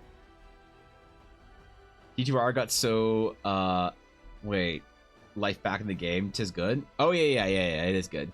I think the new ladder came out in February. It's probably pretty deep now, right? New rumors now and then, like Mosaic, changed the meta a ton. Yeah, what is Mosaic again? That was the reduction one.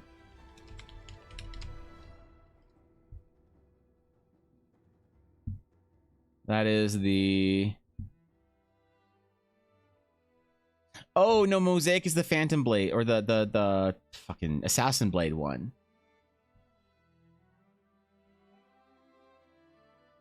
Yeah. Okay, I haven't played an Assassin in that Diablo 2 Resurrected. Never tried it. Don't know if I will. I don't want any assassin that's not a trap assassin. Gull, Mal, Ammon. Mal's not that high, but Gull will be pretty hard to get. If you're self-found anyway. They release any new ones past that? I don't think so, right? Hustle's such a nice rune word for leveling up. Visitors, how exciting. Like actually, Shaleco Eld. Eiley, what's up? What's good? How you doing, Eiley? How you been? What's up? What's chillin'? There's no raid message? Oh, okay. Got it. What's up, Eiley? How'd the stream go today? I didn't see you were live before I started stream today. What were you working on? Assassin's Blade that lets you keep full martial art stacks just popping off endless stuff, lightning fire, all going off. Yeah, watching Mosaic Assassins clear like Chaos Sanctuary is actually ridiculous. Douglas.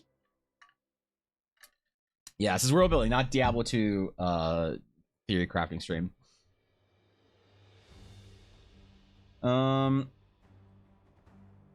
I feel like this is a... It's not like every single level needs to have some sort of feature on it, right? But it does feel bad on like a class so like this, hitting like 13th and 9th level where you get nothing. You get nothing. Just some arch? Hold on, what were you doing? Let me go stalk. I'm gonna skulk, stalk, scuttle, and slink my way to your VOD, Eiley. I want to see what you're working on.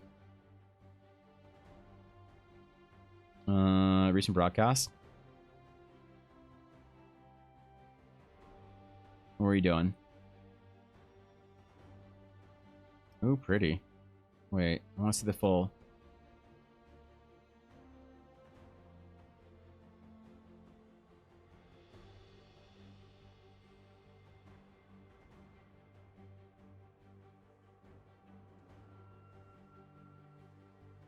Wait, what was this project? You were working on this yesterday, right? The girl with the dress, right? Yeah. Oh, fuck, man.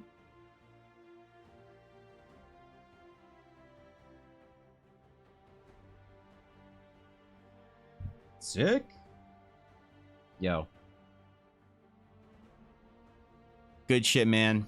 Good shit. Stalking Eiley is fun, is it? Is it? Biz, are you back from Europe or whatever yet, or are you still chilling over there? I think this new model is super cute. Anyone who hasn't seen it should check it out. It is cute. It's nice. Also, new Twitch name. Watch Eiley one day go back to just Vaselinter. Just one day return to Vaselinter.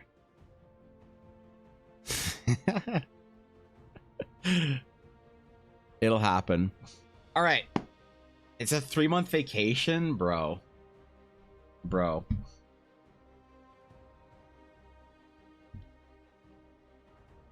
So I think that's all that I need feedback on today, because the next step for me is to make the rune spell technique things,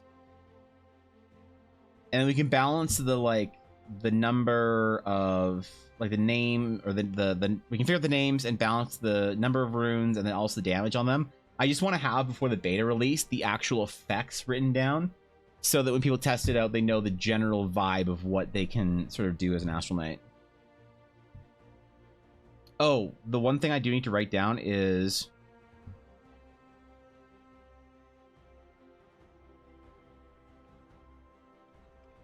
first level Astral Knights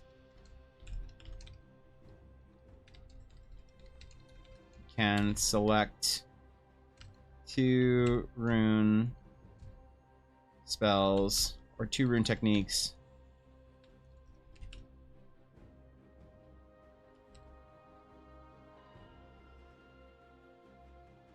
and learn more as they progress.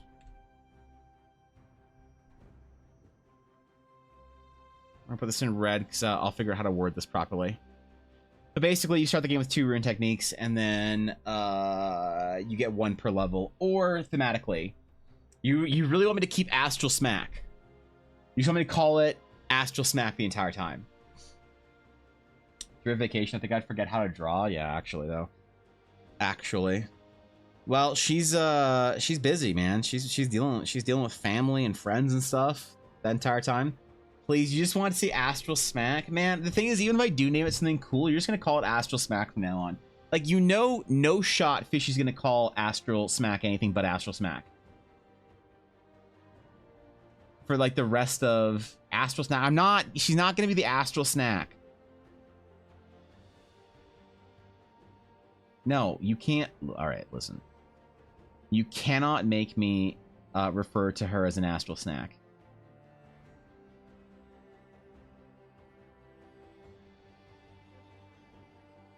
That's the only thing I think that's part of the core core components of the Astral Knight that I don't know how to word right now. I think the rest of it's all self-explanatory.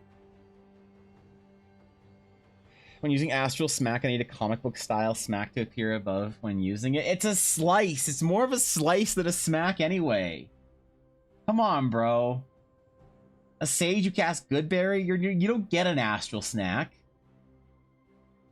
That's all she's going to call it, since that is what she learned it as. Yeah, true. True.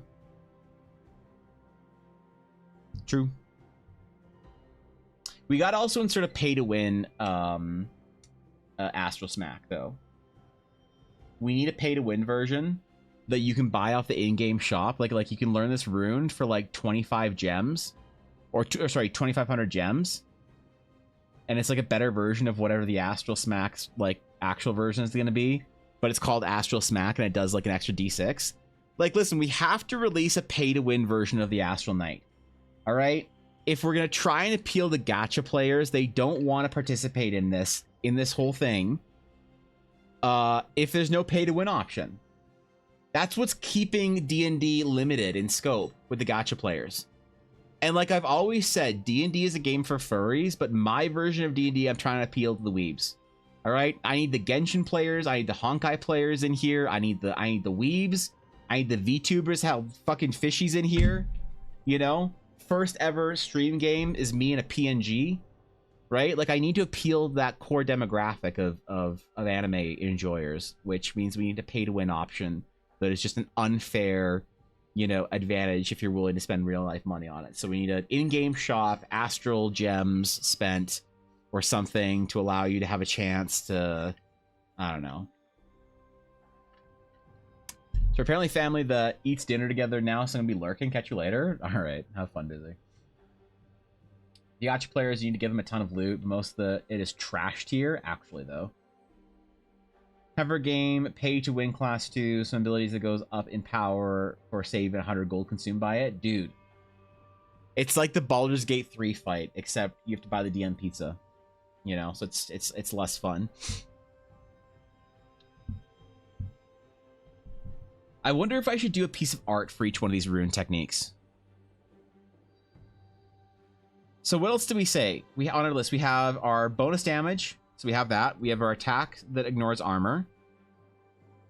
Oops. Got that. We have our apogee tether. We have our attack explodes in a cone. I don't know about the elemental damage. Oh, the space rift attack. Oh shit. Okay, this one's really cool. Okay. All right, Constellation Blaster.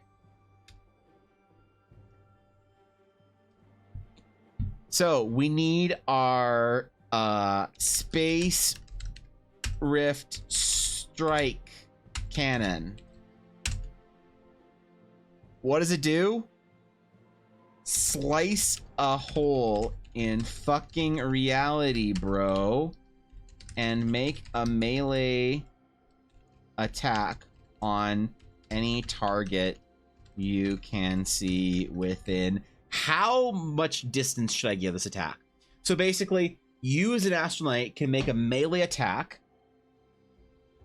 and you slice a tear in reality, and a portal tear in reality appears right by someone else, and you basically get to make a melee attack at range. What's the range that I should offer that as? Obviously line of sight, yeah, but like, what, like, is 60 feet any target you can see within 60? 10 centimeters. You want it to be, give them an Archaron attack? Wait, what's that? Oh, Astral stuff going on. I'm gonna surprise there's no Astartes here. Yeah, no Adeptus Astartes, unfortunately. Thing with a gacha game inspired by werewolf encounter, you need to throw silver at them, removing the damage immunity. Magic weapons and spells don't work otherwise. That's actually hilarious. As far as your arm, no, stop. Please, dude, we need some sort of actual cool astral spatial rift tear strike thingy. This was a coach with Evan nerding out about a headset, and suddenly I heard the word full enthusiasm. Okay, sorry, man. Sorry, bro. The art you did a critique for with me a while back in the background, and the sword attack.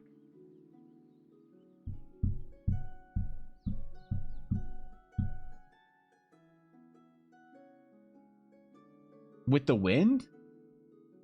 Was that going through a black hole or some shit?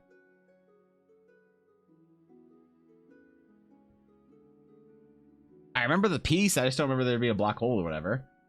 What's up, Venus? 60 feet? 240 feet? No, come on. 60 feet. You know, you should do something obscure like 68 feet.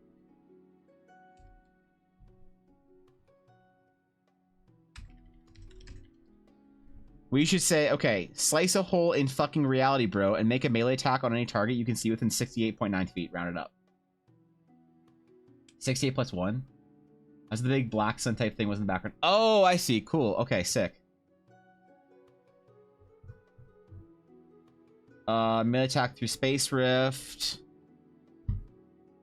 Gravity Well, ranged meteor attack, Constellation Strike, multiple attacks, 5 runes. We have that.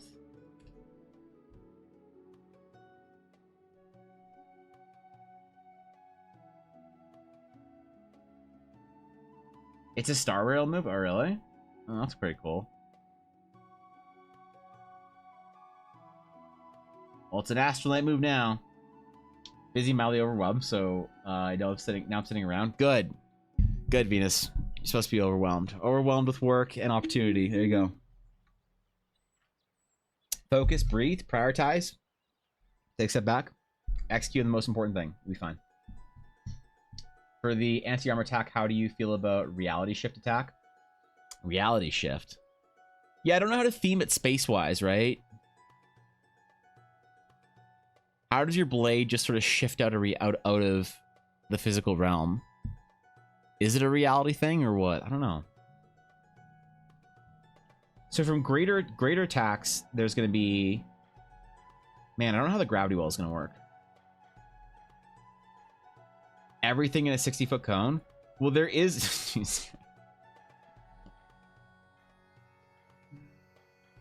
you just... wormhole? Yeah, you just attack in one little rift, and a rift appears in front of everything you can see in a 60-foot cone, and they all take an attack. That's sick. I like that. Why not? Screw it.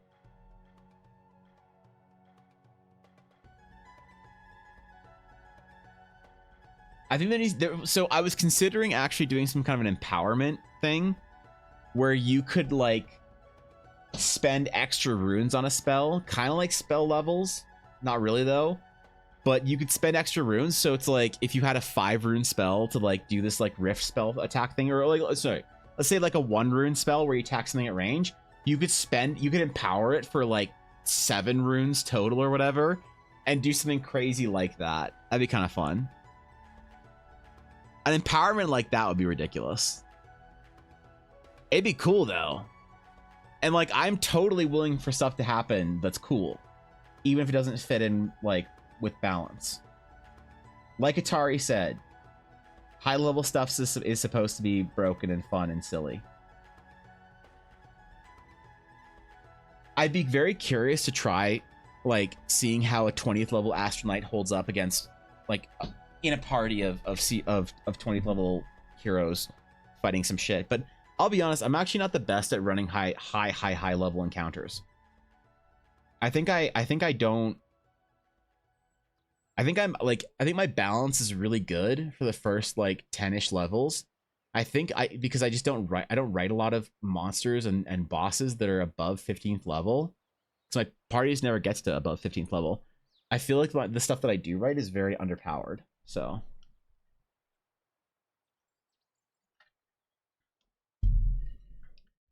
I tell you I'm doing my final project 2 years early just cause. Got a second opinion from another teacher. Now there's like 40 new comments in my Google Docs.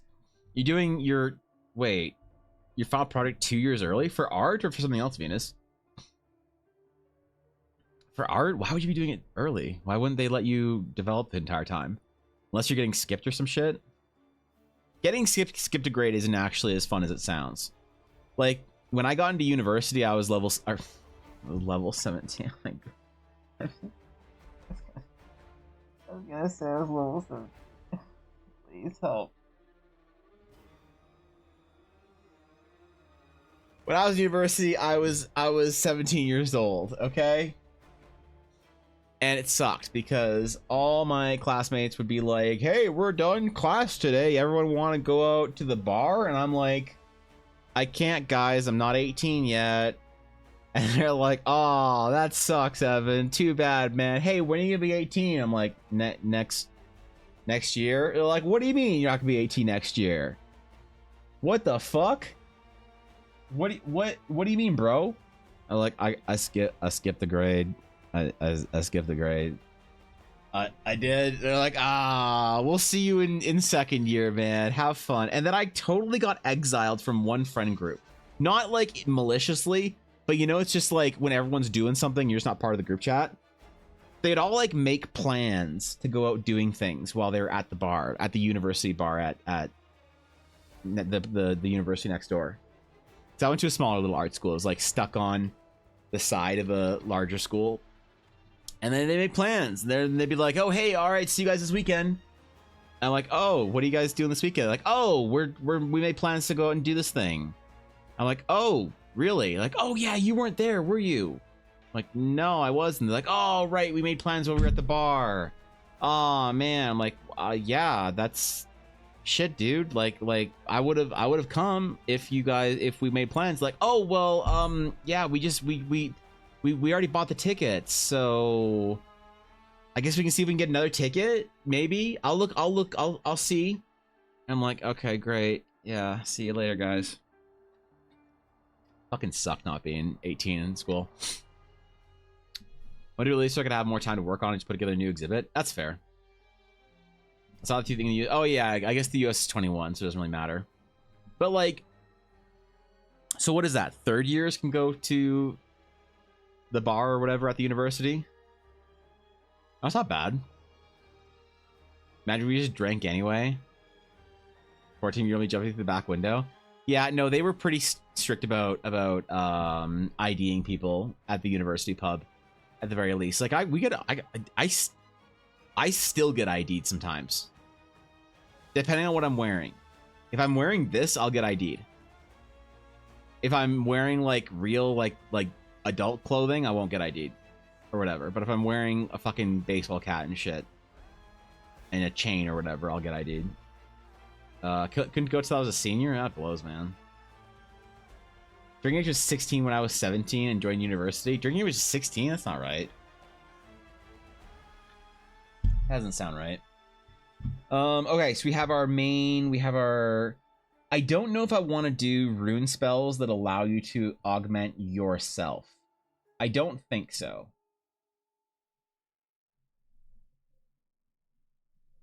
That's confusing. I'm going to just kill that entire section. That was a possible thing we talked about on stream one day. I've decided against it. We have our alignments for our passive bonuses, and we have our techniques for our active abilities. I wasn't getting ID'd when I was 16, just old looking. Damn, bro. Damn, bro. It happens though. I mean, they're pretty strict about it here in Canada, which I don't get why. Like, you think that like a 21-year-old maybe it's hard to not look whatever, but I hear that like the bars say if you look under 40, we're gonna ID you. Is a thing that they have like signs up for. I don't know if that actually means anything, but I guess I still look under 40, thankfully. I'd be very upset if I didn't look under 40. Greater techniques, 3 to 8 rune spell slots. Evan and mods are not responsible for anyone that Twitch decides to smite regarding talking about age. Good luck. Yeah, I mean, I think it's fine. You get smoten because you say that you're underage and Twitch fucking ruins your day. Hey, man. It is what it is. Is there a good reason to have an elemental damage rune strike? Why would you want to convert the damage of an attack to an elemental type?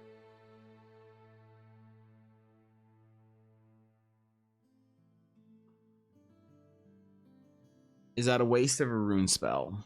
Or is somebody out there pining for the desire to hit something really hard with necrotic damage?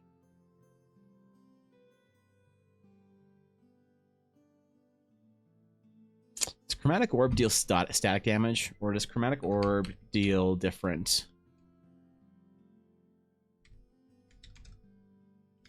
damage based on the type? I don't think it does. I think it deals static damage, right? You hurl a 4-inch diameter sphere of energy at a creature that you can see within range. You choose acid, cold, fire, lightning, poison, or thunder for the type of orb you create, and then make a ranged spell attack against target. If the attack hits creature, 3d8 damage of the type. Right, so you don't change. It doesn't change. It doesn't do like more damages, fire, less damages, whatever. So is this worth it, or is there any reason for us to have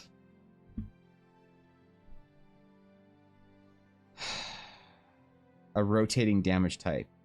It seems neat, but like no one's gonna want to spend a rune on it. No one's ever gonna want to spend a rune on it, right? For Twitch Overlords, I joined almost 2 decades ago. Yeah.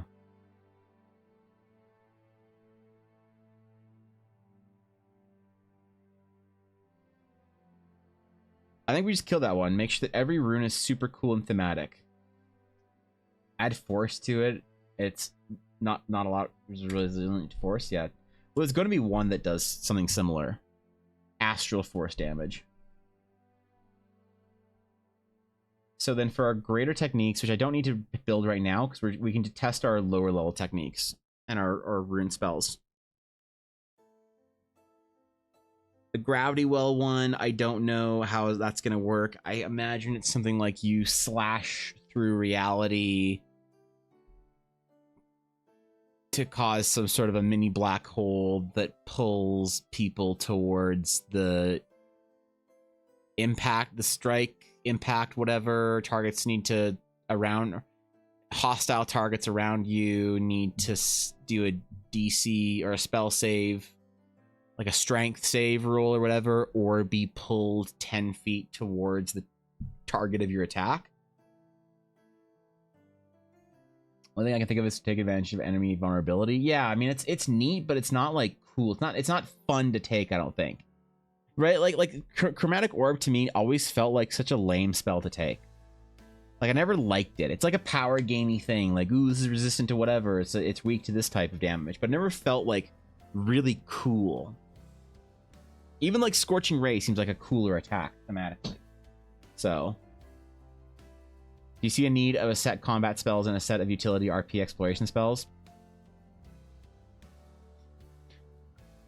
So part of the Astral Initiate background, you're going to have access to some RP stuff.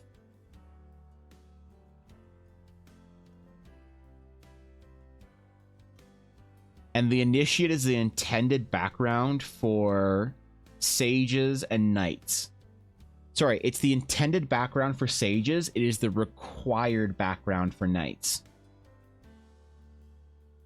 So there's a bunch of cool stuff that you can do, like Starfield, projection, and other stuff like that that you get from your Astral Initiate. The question is, do I allow for, or do I make, not allow for, do I make higher level RP focused spells like a levitate, for example, something like that? I don't know. It's a good point. I had the body rune spells that could like increase your jumping capability or whatever. You could like use the rune to make your body resilient or some shit to fall damage. I don't know. Nebula form, you look Nebula-esque and gain resistance to damage. That's not bad. The cool thing that creates the one legendary D&D story. Maybe. Low-key overpowered. NPC sages will be called upon to do specialty spells that the party needs. Yeah, that's true. Yeah, an Astral Sage Hireling is just top tier, man. It's just top tier. Also in there, I decided, so one big change that I made was that initially 10th level was going to be the Mission of the Order. And within the Mission of the Order was going to be a couple of choices. You could either take care of a legendary weapon. You could have an apprentice. Or you could keep some sort of sacred relic. I decided to move that from a core class component to playing the Astral Knight section. Is that an Astral Knight will often take on a mission of the Order. And then that way the mission doesn't need to have special stats for it. So the Astral Knight Apprentice can be basically, I'm going to word it more or less, you take on an apprentice The apprentice is a low-level NPC that can function as a hireling or whatever under a different rule set if you want, but thematically is supposed to just be, you know, follow you around and you're supposed to protect him. Or you can take care of this legendary weapon or do whatever. And I'm not going to build that. I originally thought about building that into the background, but again, it doesn't make sense when the Astral Initiate can also be an Astral Sage. So there you go. It's a little complicated. The problem is, though, if I have non-Astral Initiate Astral Sages, they don't get access to certain cool spells, and that feels weird. Maybe I say that if the Sage hits a certain level and it did not take the Astral Initiate spell or background, it gains access to the spells or whatever the Initiate gets. Whenever the DM needs some kind of hand-wavy thing, they just bring up a Sage and make it happen. Yeah! For the Slash, a Quasar Jet sounds dope. I want the idea of like that like Quasar sort of mass ejection jet to be somewhere thematically into the game. I was thinking about the arcing slash maybe. You like cut a hole in reality and does force damage out or some shit. How about that there's a level 20 thing you can resurrect someone burning X amount of runes and a single star in the night sky blinks out?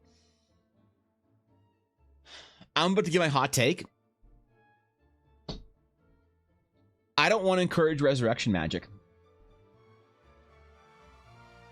I think on a setting level in Aldara, resurrection is going to be potentially impossible. Potentially impossible, if not extremely divine in some way. You know, like Gandalf's Maiar resurrection or whatever kind of thing. Like the resurrection of a character would be an extremely important event.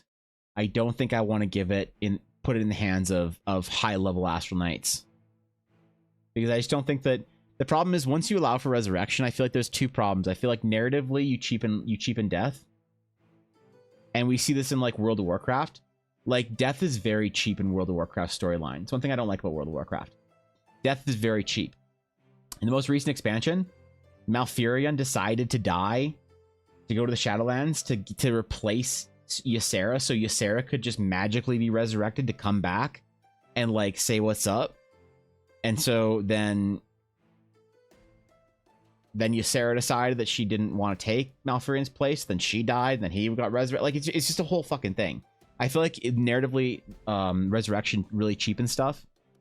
And the problem is also that I don't know if I want to build access to sort of the Nether realm into something mechanically that can be understood. You know what I mean? I don't know. I haven't fully made my mind about that, but I'd be very reluctant to add an Erez to the Astral Knight. That's a great fucking idea, though. For like a high level spell. Mechanically for D&D, that's a great fucking idea. I love that. You spend all your rune slots to resurrect a player at like 20th level, and the star blinks out. Like, that's sick. Everything about that is sick. The only problem is that it's resurrection, you know? I just love the idea of a spell making a star disappear. No, I think that's the best part of it, is that like you cast some kind of very, very high level Astral Knight magic, and then a star goes out forever. Like, that's actually sick. What about showing your skin like the surface of a planetary body? Wait, what? Changing to a star with a burning aura? That's cool. That plasma thing. I'm very big on dying when I'm killed. I got the highest death count because I just don't want my characters resurrected. Yeah, I don't know, man. Like, I feel like the worst, like, in my opinion, the worst parts of Critical Role are when player characters get resurrected. I think Critical Role would be actually way more interesting and fun if player death actually, if every player who ever died actually died. Right?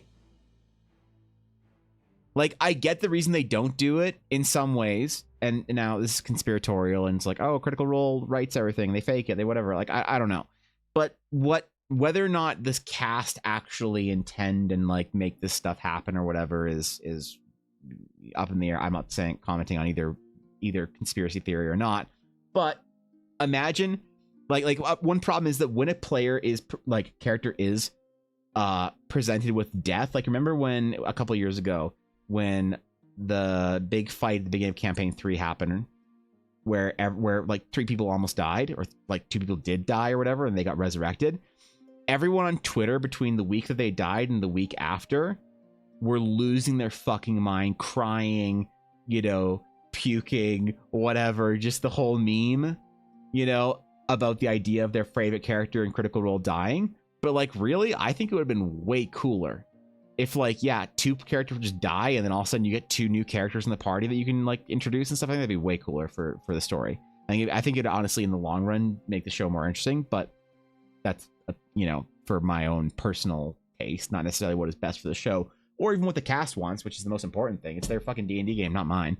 But I do think that the death being so cheap in D&D does remove the impact of the game a little bit, you know? And narratively in a story that I'm writing, I don't think I want death to be something that you can just like hand wave away. But maybe not. Maybe if it is in the hands of very, very powerful, like we're talking 20th level, like the one defense that I could make against that being a reasonable thing to happen in it for Astral Knights is that at 20th level, very few characters are 20th level. I'll say right now, the Star Speaker that you guys met yesterday in game, she's the head of the Astral Sage organizations. All the orders. She is the one in charge. She is the Star Speaker. She has been Star Speaker Aurelia for 400 years. And in my notes, she's only 17th level. Because I think that once you have 20th level characters running around pretty casually in a D&D game, I think that they're actually like really not good for the story. Like imagine you have like 50 20th level wizards in your world. Shit, dude, mountain ranges are gonna explode every other weekend, and ocean's just gonna drain. You know, the atmosphere is gonna get lit on fire and then solidified again. You know, like it's crazy stuff. I think 20th level to me is a very like Yurna the witch. She is the highest level sorcerer character in Teleria. She's of all the sorcerers, she has the highest level, and she's 15th level. Endrick is potentially the highest level fighter at 15th level. Alera is potentially the highest level paladin, maybe Amelia Hearthwood or Ella Blackwood, or there's a couple other that could be higher level paladins potentially at like 14th level. You know? Have fun, Crimson. Enjoy your work. Whatever you're doing today, man. Trying to work hard, bro. Appreciate you stopping in. I have no idea what's going on, but give him a sword that has a chain attached to it so you can throw it around. That's a great idea. Molly Mock Death was a lot more awesome. They brought him back as a BBG. Yeah, I think Molly Mock was great. But also, like, there was an unreasonable amount of crying on Twitter, I think, over character deaths when I've seen from the audience, the core audience of Critical Role. But now, to be fair, I bet that doesn't recognize... I bet the vocal crying minority does not represent the greater Critical Role audience as a whole. I think it's very unfair to say, like, if there's a bunch of obnoxious people, like, crying and commenting on tweets about how, like, how dare you kill off my favorite party character, I don't think that represents the average Critical Role viewer. I think the average Critical Role viewer is fine with the stakes being high and would have preferred I would have preferred if the characters' deaths would have been taken more seriously, or maybe not taken more seriously, but were more successful. I don't want to imply that they're not taking serious. I don't know. I don't want to try and I ain't out here trying to call Critical Role out. I don't got nothing against them. I think they're great, but I'm trying to word it in a way that gets my meaning across without sounding conspiratorial, like that they, you know, write their shit or whatever. Potentially have it function like a wish spell. You can do one reality shifting thing and a star blinks out. That's a great idea, actually, Soja. And you know what? I think that's a great way of sort of thinking about it too. That's a great, like, mechanically thinking about a spell as like it is a reality altering spell that you and the GM have to sort of figure out how it works. I think that leaving an open-ended spell like Wish is a great idea. You know, because like Wish in my games, when I was playing games where you could use Wish, Very much not. Actually, no. So that's not true. I did play a game recently that used Wish, and you know what I did? I gave it to 6 level characters, but it was incredibly limited in its scope, and it's incredibly literal, and it had like a very dark. It was literally a monkey's paw. I gave my gnome cleric a monkey's paw, and treated it like Wish. But yeah, it was part like a spell like that is like you can create some sort of reality shifting event. You know, you can the astral aura can sort of rewrite the fabric of reality to do something insane. So one thing that actually showed you that I am putting in here as like a secret mechanic, there is going to be a mechanic in here for the Astral Knight at 20th level that's not Gates the Eldari. That's sort of a secret hidden technique that it's gonna be really cool to uncover how you like get it as a player, that does actually involve self-sacrifice. So it's going to be a thing that happens, and honestly, connecting that idea that I've had with a Wish type event is actually a crazy idea. But it is a self-sacrificing ability. Initially, I had it read basically a certain event happens, and I won't spoil what it is. I think it's really fun. But basically, a certain event happens, and as a result, you die.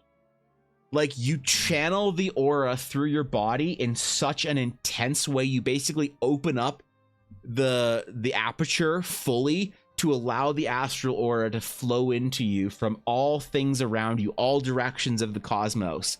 You do a thing, and then it fucking evaporates you because your body can't, like, no mortal form can hold that much energy.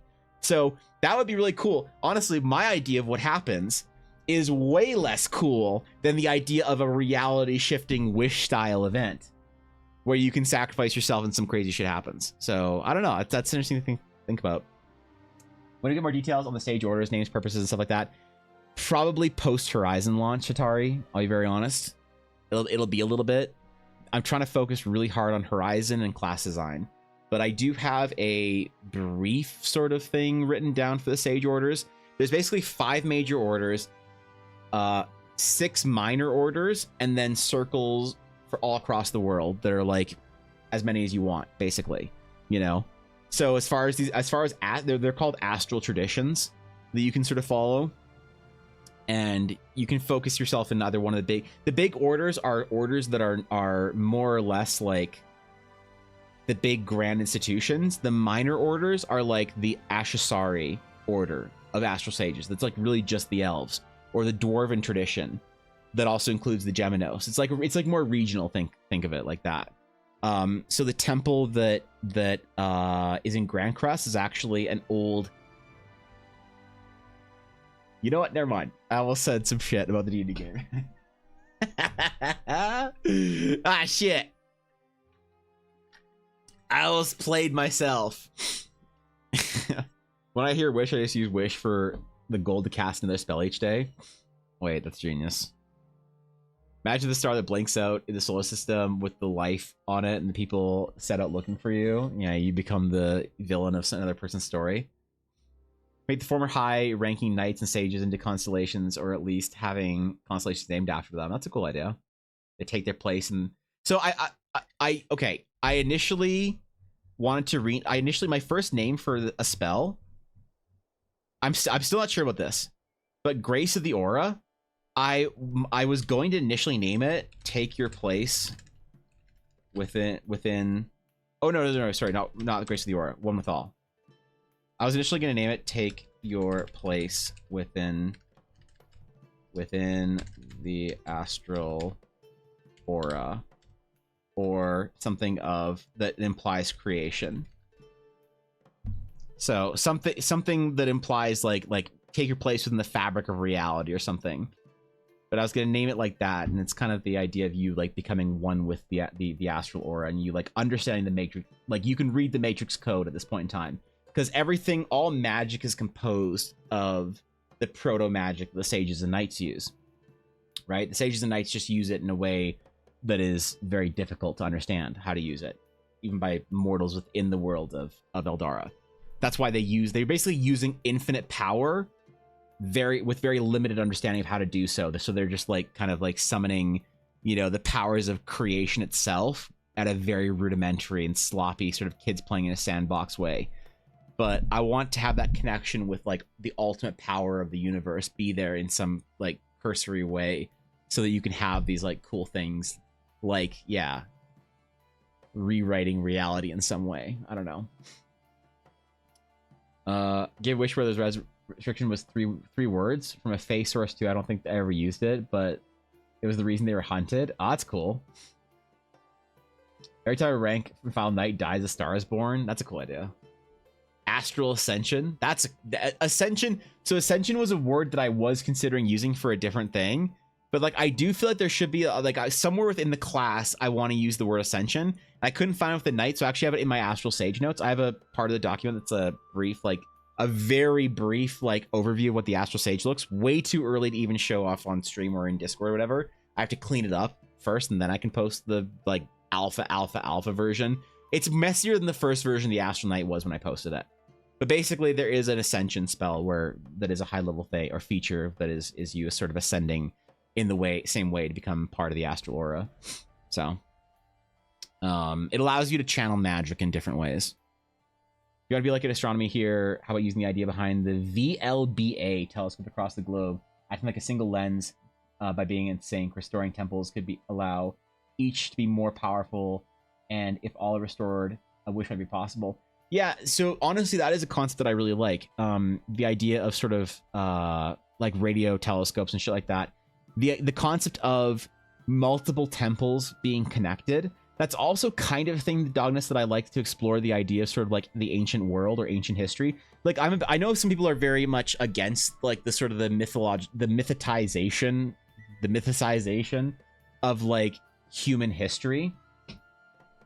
But like I like stories about like Atlantis and about like, you know, the ancient world before, you know, the who built the pyramids kind of questions. I like all those stories. I'm not so rigid and like concerned with our understanding of history that I find the question itself to be offensive and preposterous. But there's a lot of academics out there that like, if you even say like, I don't know, man, I feel it's kind of weird that all these pyramids appeared across the world in times that people couldn't do shit. Like, that's kind of crazy. I think those stories are fun. You know, I know some people are like, oh, Graham Hancock and other people, how dare you even ask the question? I don't know. I just think it's like, chill out, like relax. You don't know for sure what happened. So don't, you know, you can't know. So just fucking let people ask crazy stories and shit. It's fun. Let them go off and like little fucking peepos, just run around bopping their heads together. It's fine. You know, like whatever. And I think those stories are fun and interesting. You know, I don't believe a lot of them, but I think they're cool. And I like the idea of that sort of idea of kind of historical civilization understanding something about the world and the universe and the cosmos greater than we did.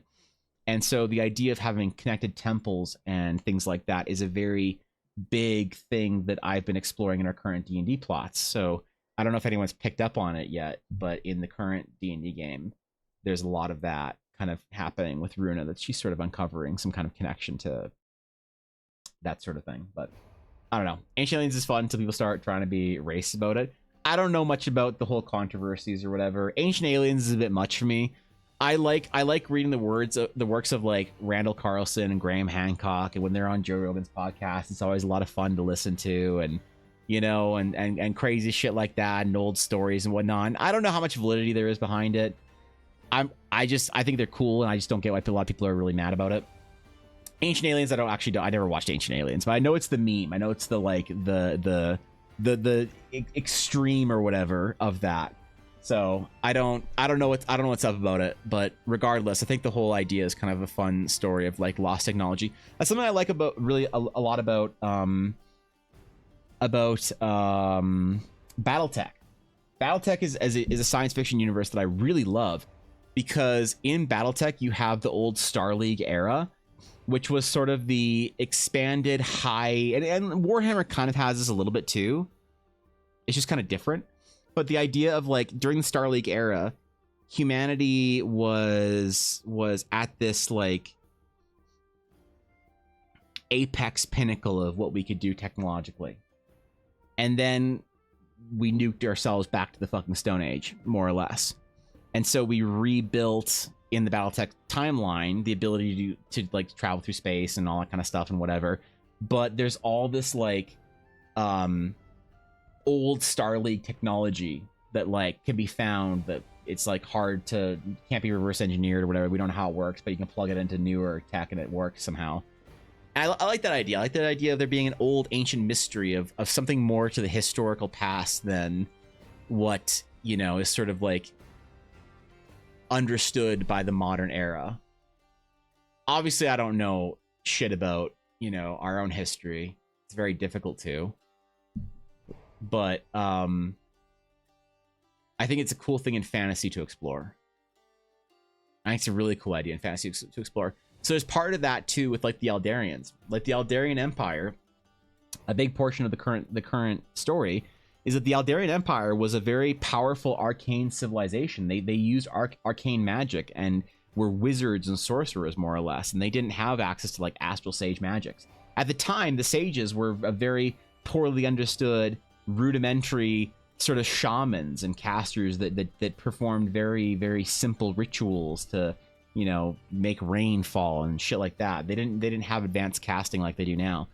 And so what Rune is uncovering is that the Eldarians did actually have a group of astral sages or astral knights in the Lumari, and she's like uncovering this mystery, and she's gonna find some pretty cool stuff, hopefully along the way, that is maybe that kind of lost knowledge of rune techniques and spells and whatnot. And I don't know how to integrate that into this class, because I don't want Runa to necessarily learn stuff that isn't part of the class, if that makes sense. I don't know. We'll figure it out. But yeah, some sort of ascension or whatever is a cool idea for that. I want to actually release the Astral Sage with the adventure. For some reason, the Astral Sage is not as difficult for me as the Astral Knight. Even though the Sage has maybe a lot more or a lot less restrictions and a lot more options, the Sage itself is still not going to have a bunch of subclasses, because that's just a lot of work. And like, I've thought about this. Does every D&D class need to have archetypes, subclasses, whatever? And like, I think if you say it does, I think building room for those mechanics to happen in some ways is like more of a challenge than it needs to be. So what I think I'm going to do is I think I'm going to create two sort of subclasses. One is going to be a charisma caster. The other is going to be a wisdom caster. And if you choose one of the other sort of class thingies, then you get to choose which one you want to be as a character. And so it's going to be more focused on, are you an astral sage? It's more of an academic. Do you learn your star charts? Do you learn the star whatever bullshit? Do you have an astral atlas that you align and tinker with every morning to like realign to the stars? Or do you just sort of meditate and feel that shit, and every morning you just align your soul and your fucking chakras and shit? And then you're gonna be able to do slightly different things with those. That I gotta figure out what the higher level differences are, because there's obvious low level differences that I can put in, but I need to find some like higher level. What I don't know is if archetypes and subclasses usually have a set progression path. Like if I go D&D Paladin, and we go into the Oath spells. So your Sacred Oath will give you a feature at 3rd, 7th, 15th, and 20th level. Is that a standard array for subclasses? I don't think it is, right? D&D Cleric.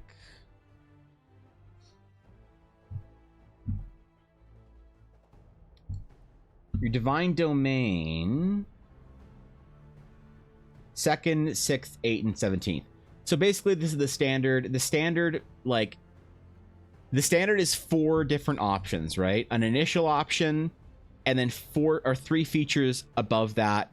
Typically 1 high level, 1 big starting level, and then 2 sort of in the middle. What's like a warlock patron thing? Patron is going to be 1st, 6th, 10th, and 14th. Oh, and so patron doesn't have a very high level thing. So what is the high level features of a warlock? There's nothing from between 14th level and 20th level, really? Wait, what? That can't be right. Mystical Arcanum. Oh, I see. Oh, okay. That makes more sense. What does Eldritch Mastery even do? At 20th level, you can draw on your inner reserve of mystical power when you are entreating your patron to regain expended spell slots. You can spend 1 minute entreating your patron for aid to regain your expended spell slots for your pact magic feature. Once you regain your spell slots, this feature, you must finish a long rest before you can use it again. Okay, so it's just a quality of life thing that lets you just... Okay, so nothing crazy. So Warlock's more front-loaded, it seems like, than like Paladin or Cleric or something shit like that. Thought upgrades, pack features, invocations. Yeah, they are really customizable. They're not at the same level, right? So I don't need to create like I don't need to stick to some like standard array. The only thing I think is a standard array of like things that you need are ability score improvements and extra attacks. Is there anything else that I don't think so, right? It's just like the only thing that's at set levels is ability score and extra attacks. Part of the reason Warlock's multi-class so much is they're front-loaded with like crazy. Right. That makes sense now. Archetypes generally give you between 4 and 6 features depending on the class and what archetype. Anything else. Are there other ones that give you more? Like does a bard? I feel like a bard college does. How many feature options does a bard give you from your college?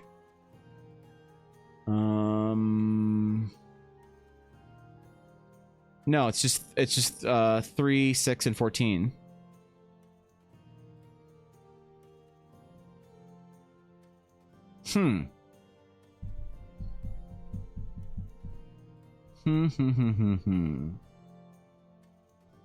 So I need to find a couple of different features that sets apart the sort of the more... And the question is then, do I allow for the Tinkerer to be an Astral Sage, or do I make that its own class again? I think you have to make the Tinkerer or the Smith or whatever, the more tech castery Astral Sage. I think you have to make them a Sage. I don't think I can make them another class altogether. I think they have to be part of the Sage line.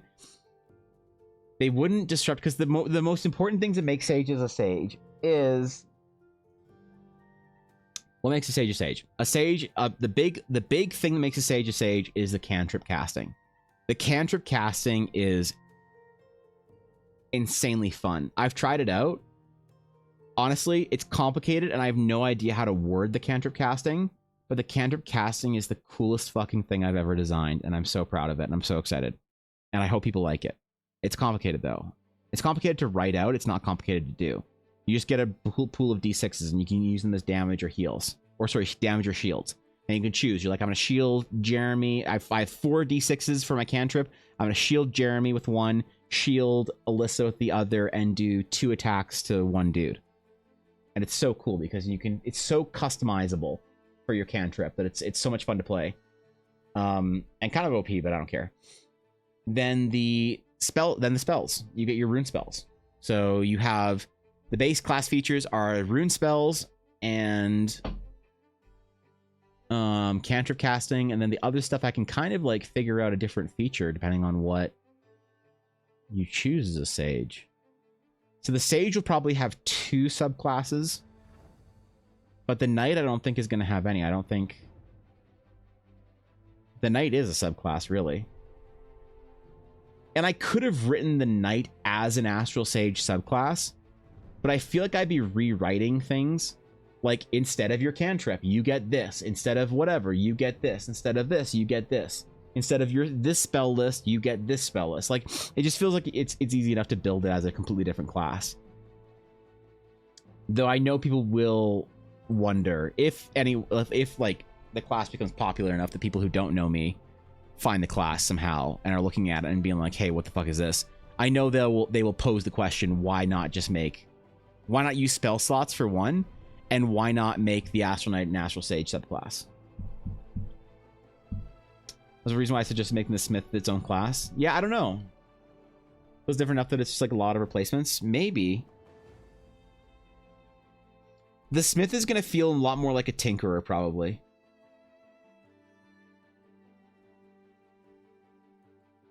They're going to do a lot more through their Astral Atlas.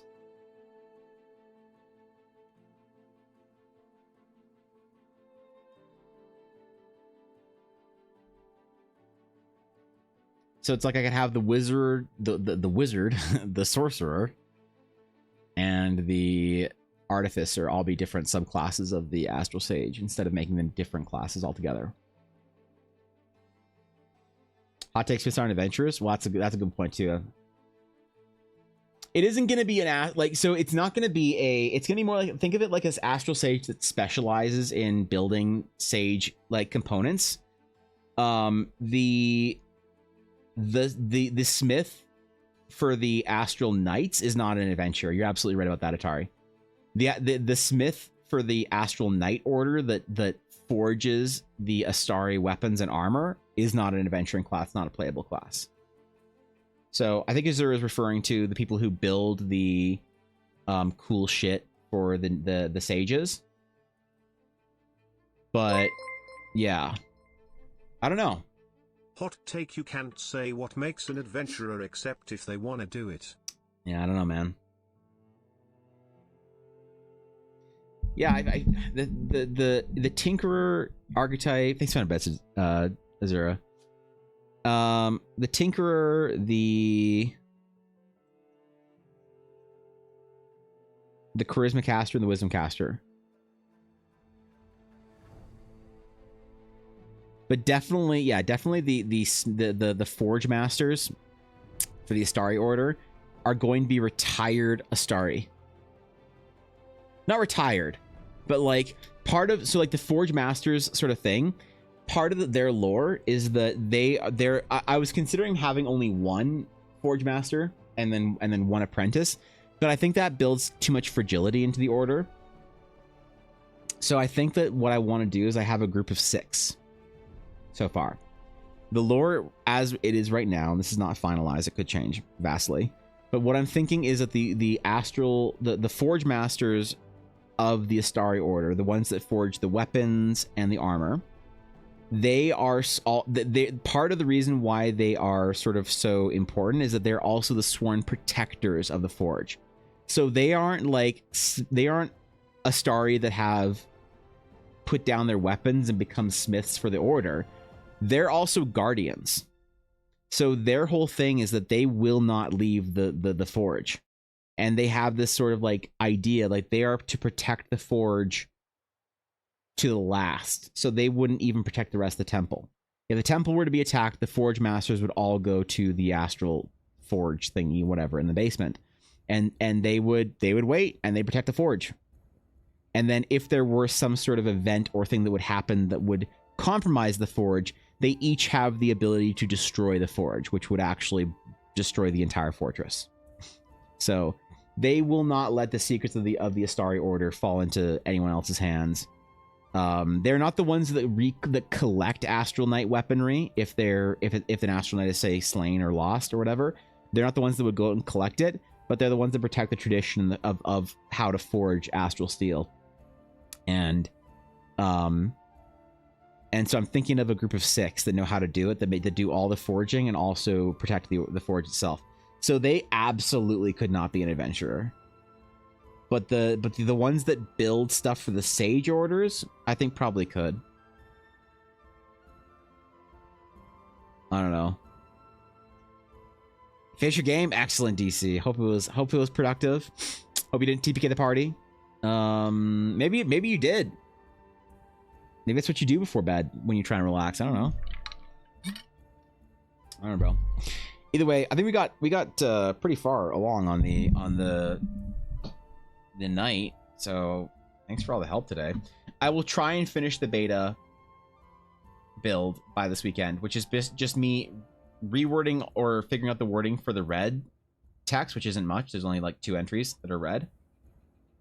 2.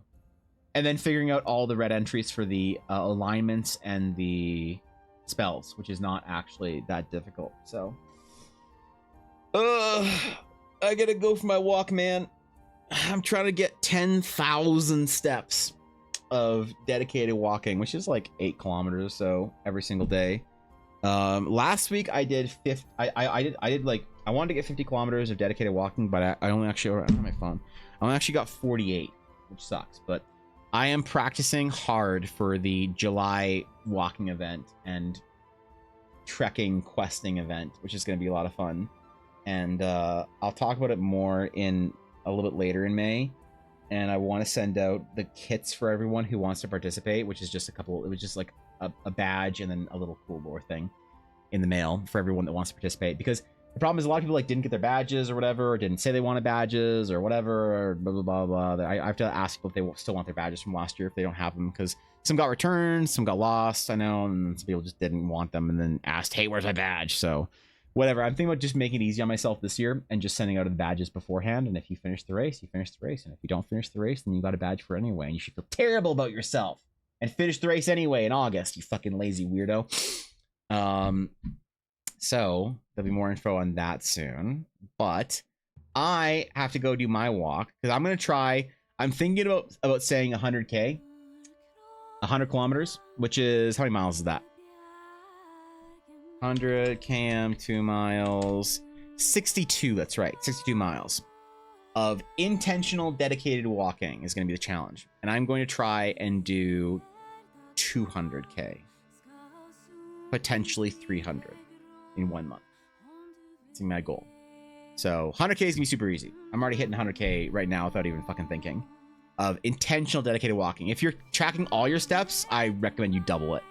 If you're just doing a step counter, ooh, I got whatever steps. My watch told me I walked 11K today. No, you didn't, you weirdo. You walked around the office. You didn't walk outside for 11K. So if you want to check all your steps, I'm going to recommend people double it, or 1.5 it, or whatever. I don't know how it's going to work. Either way, I will catch you guys tomorrow. We're going to do some character design. I might try and do Valona. I also might try and do something. I want to do an environment thing, and I want to do a cool video thing for TikTok in a different format. I have this idea. I got to figure out how to record it properly. We might do that during stream tomorrow. It's going to be a lot of fun. So I'll catch you guys later. Until next time, my friends. Hope you enjoy your stay. And farewell. Oh, and thanks for coming to my stream this week. I appreciate it. I'm sorry I missed last week. I didn't get to say it yesterday because I was doing D&D, but I'm sorry I had to miss a week. I feel better. I hope I don't sound sick still. I sounded sick on stream at the beginning yesterday, but Fishy said it wasn't that noticeable. So, okay, bye.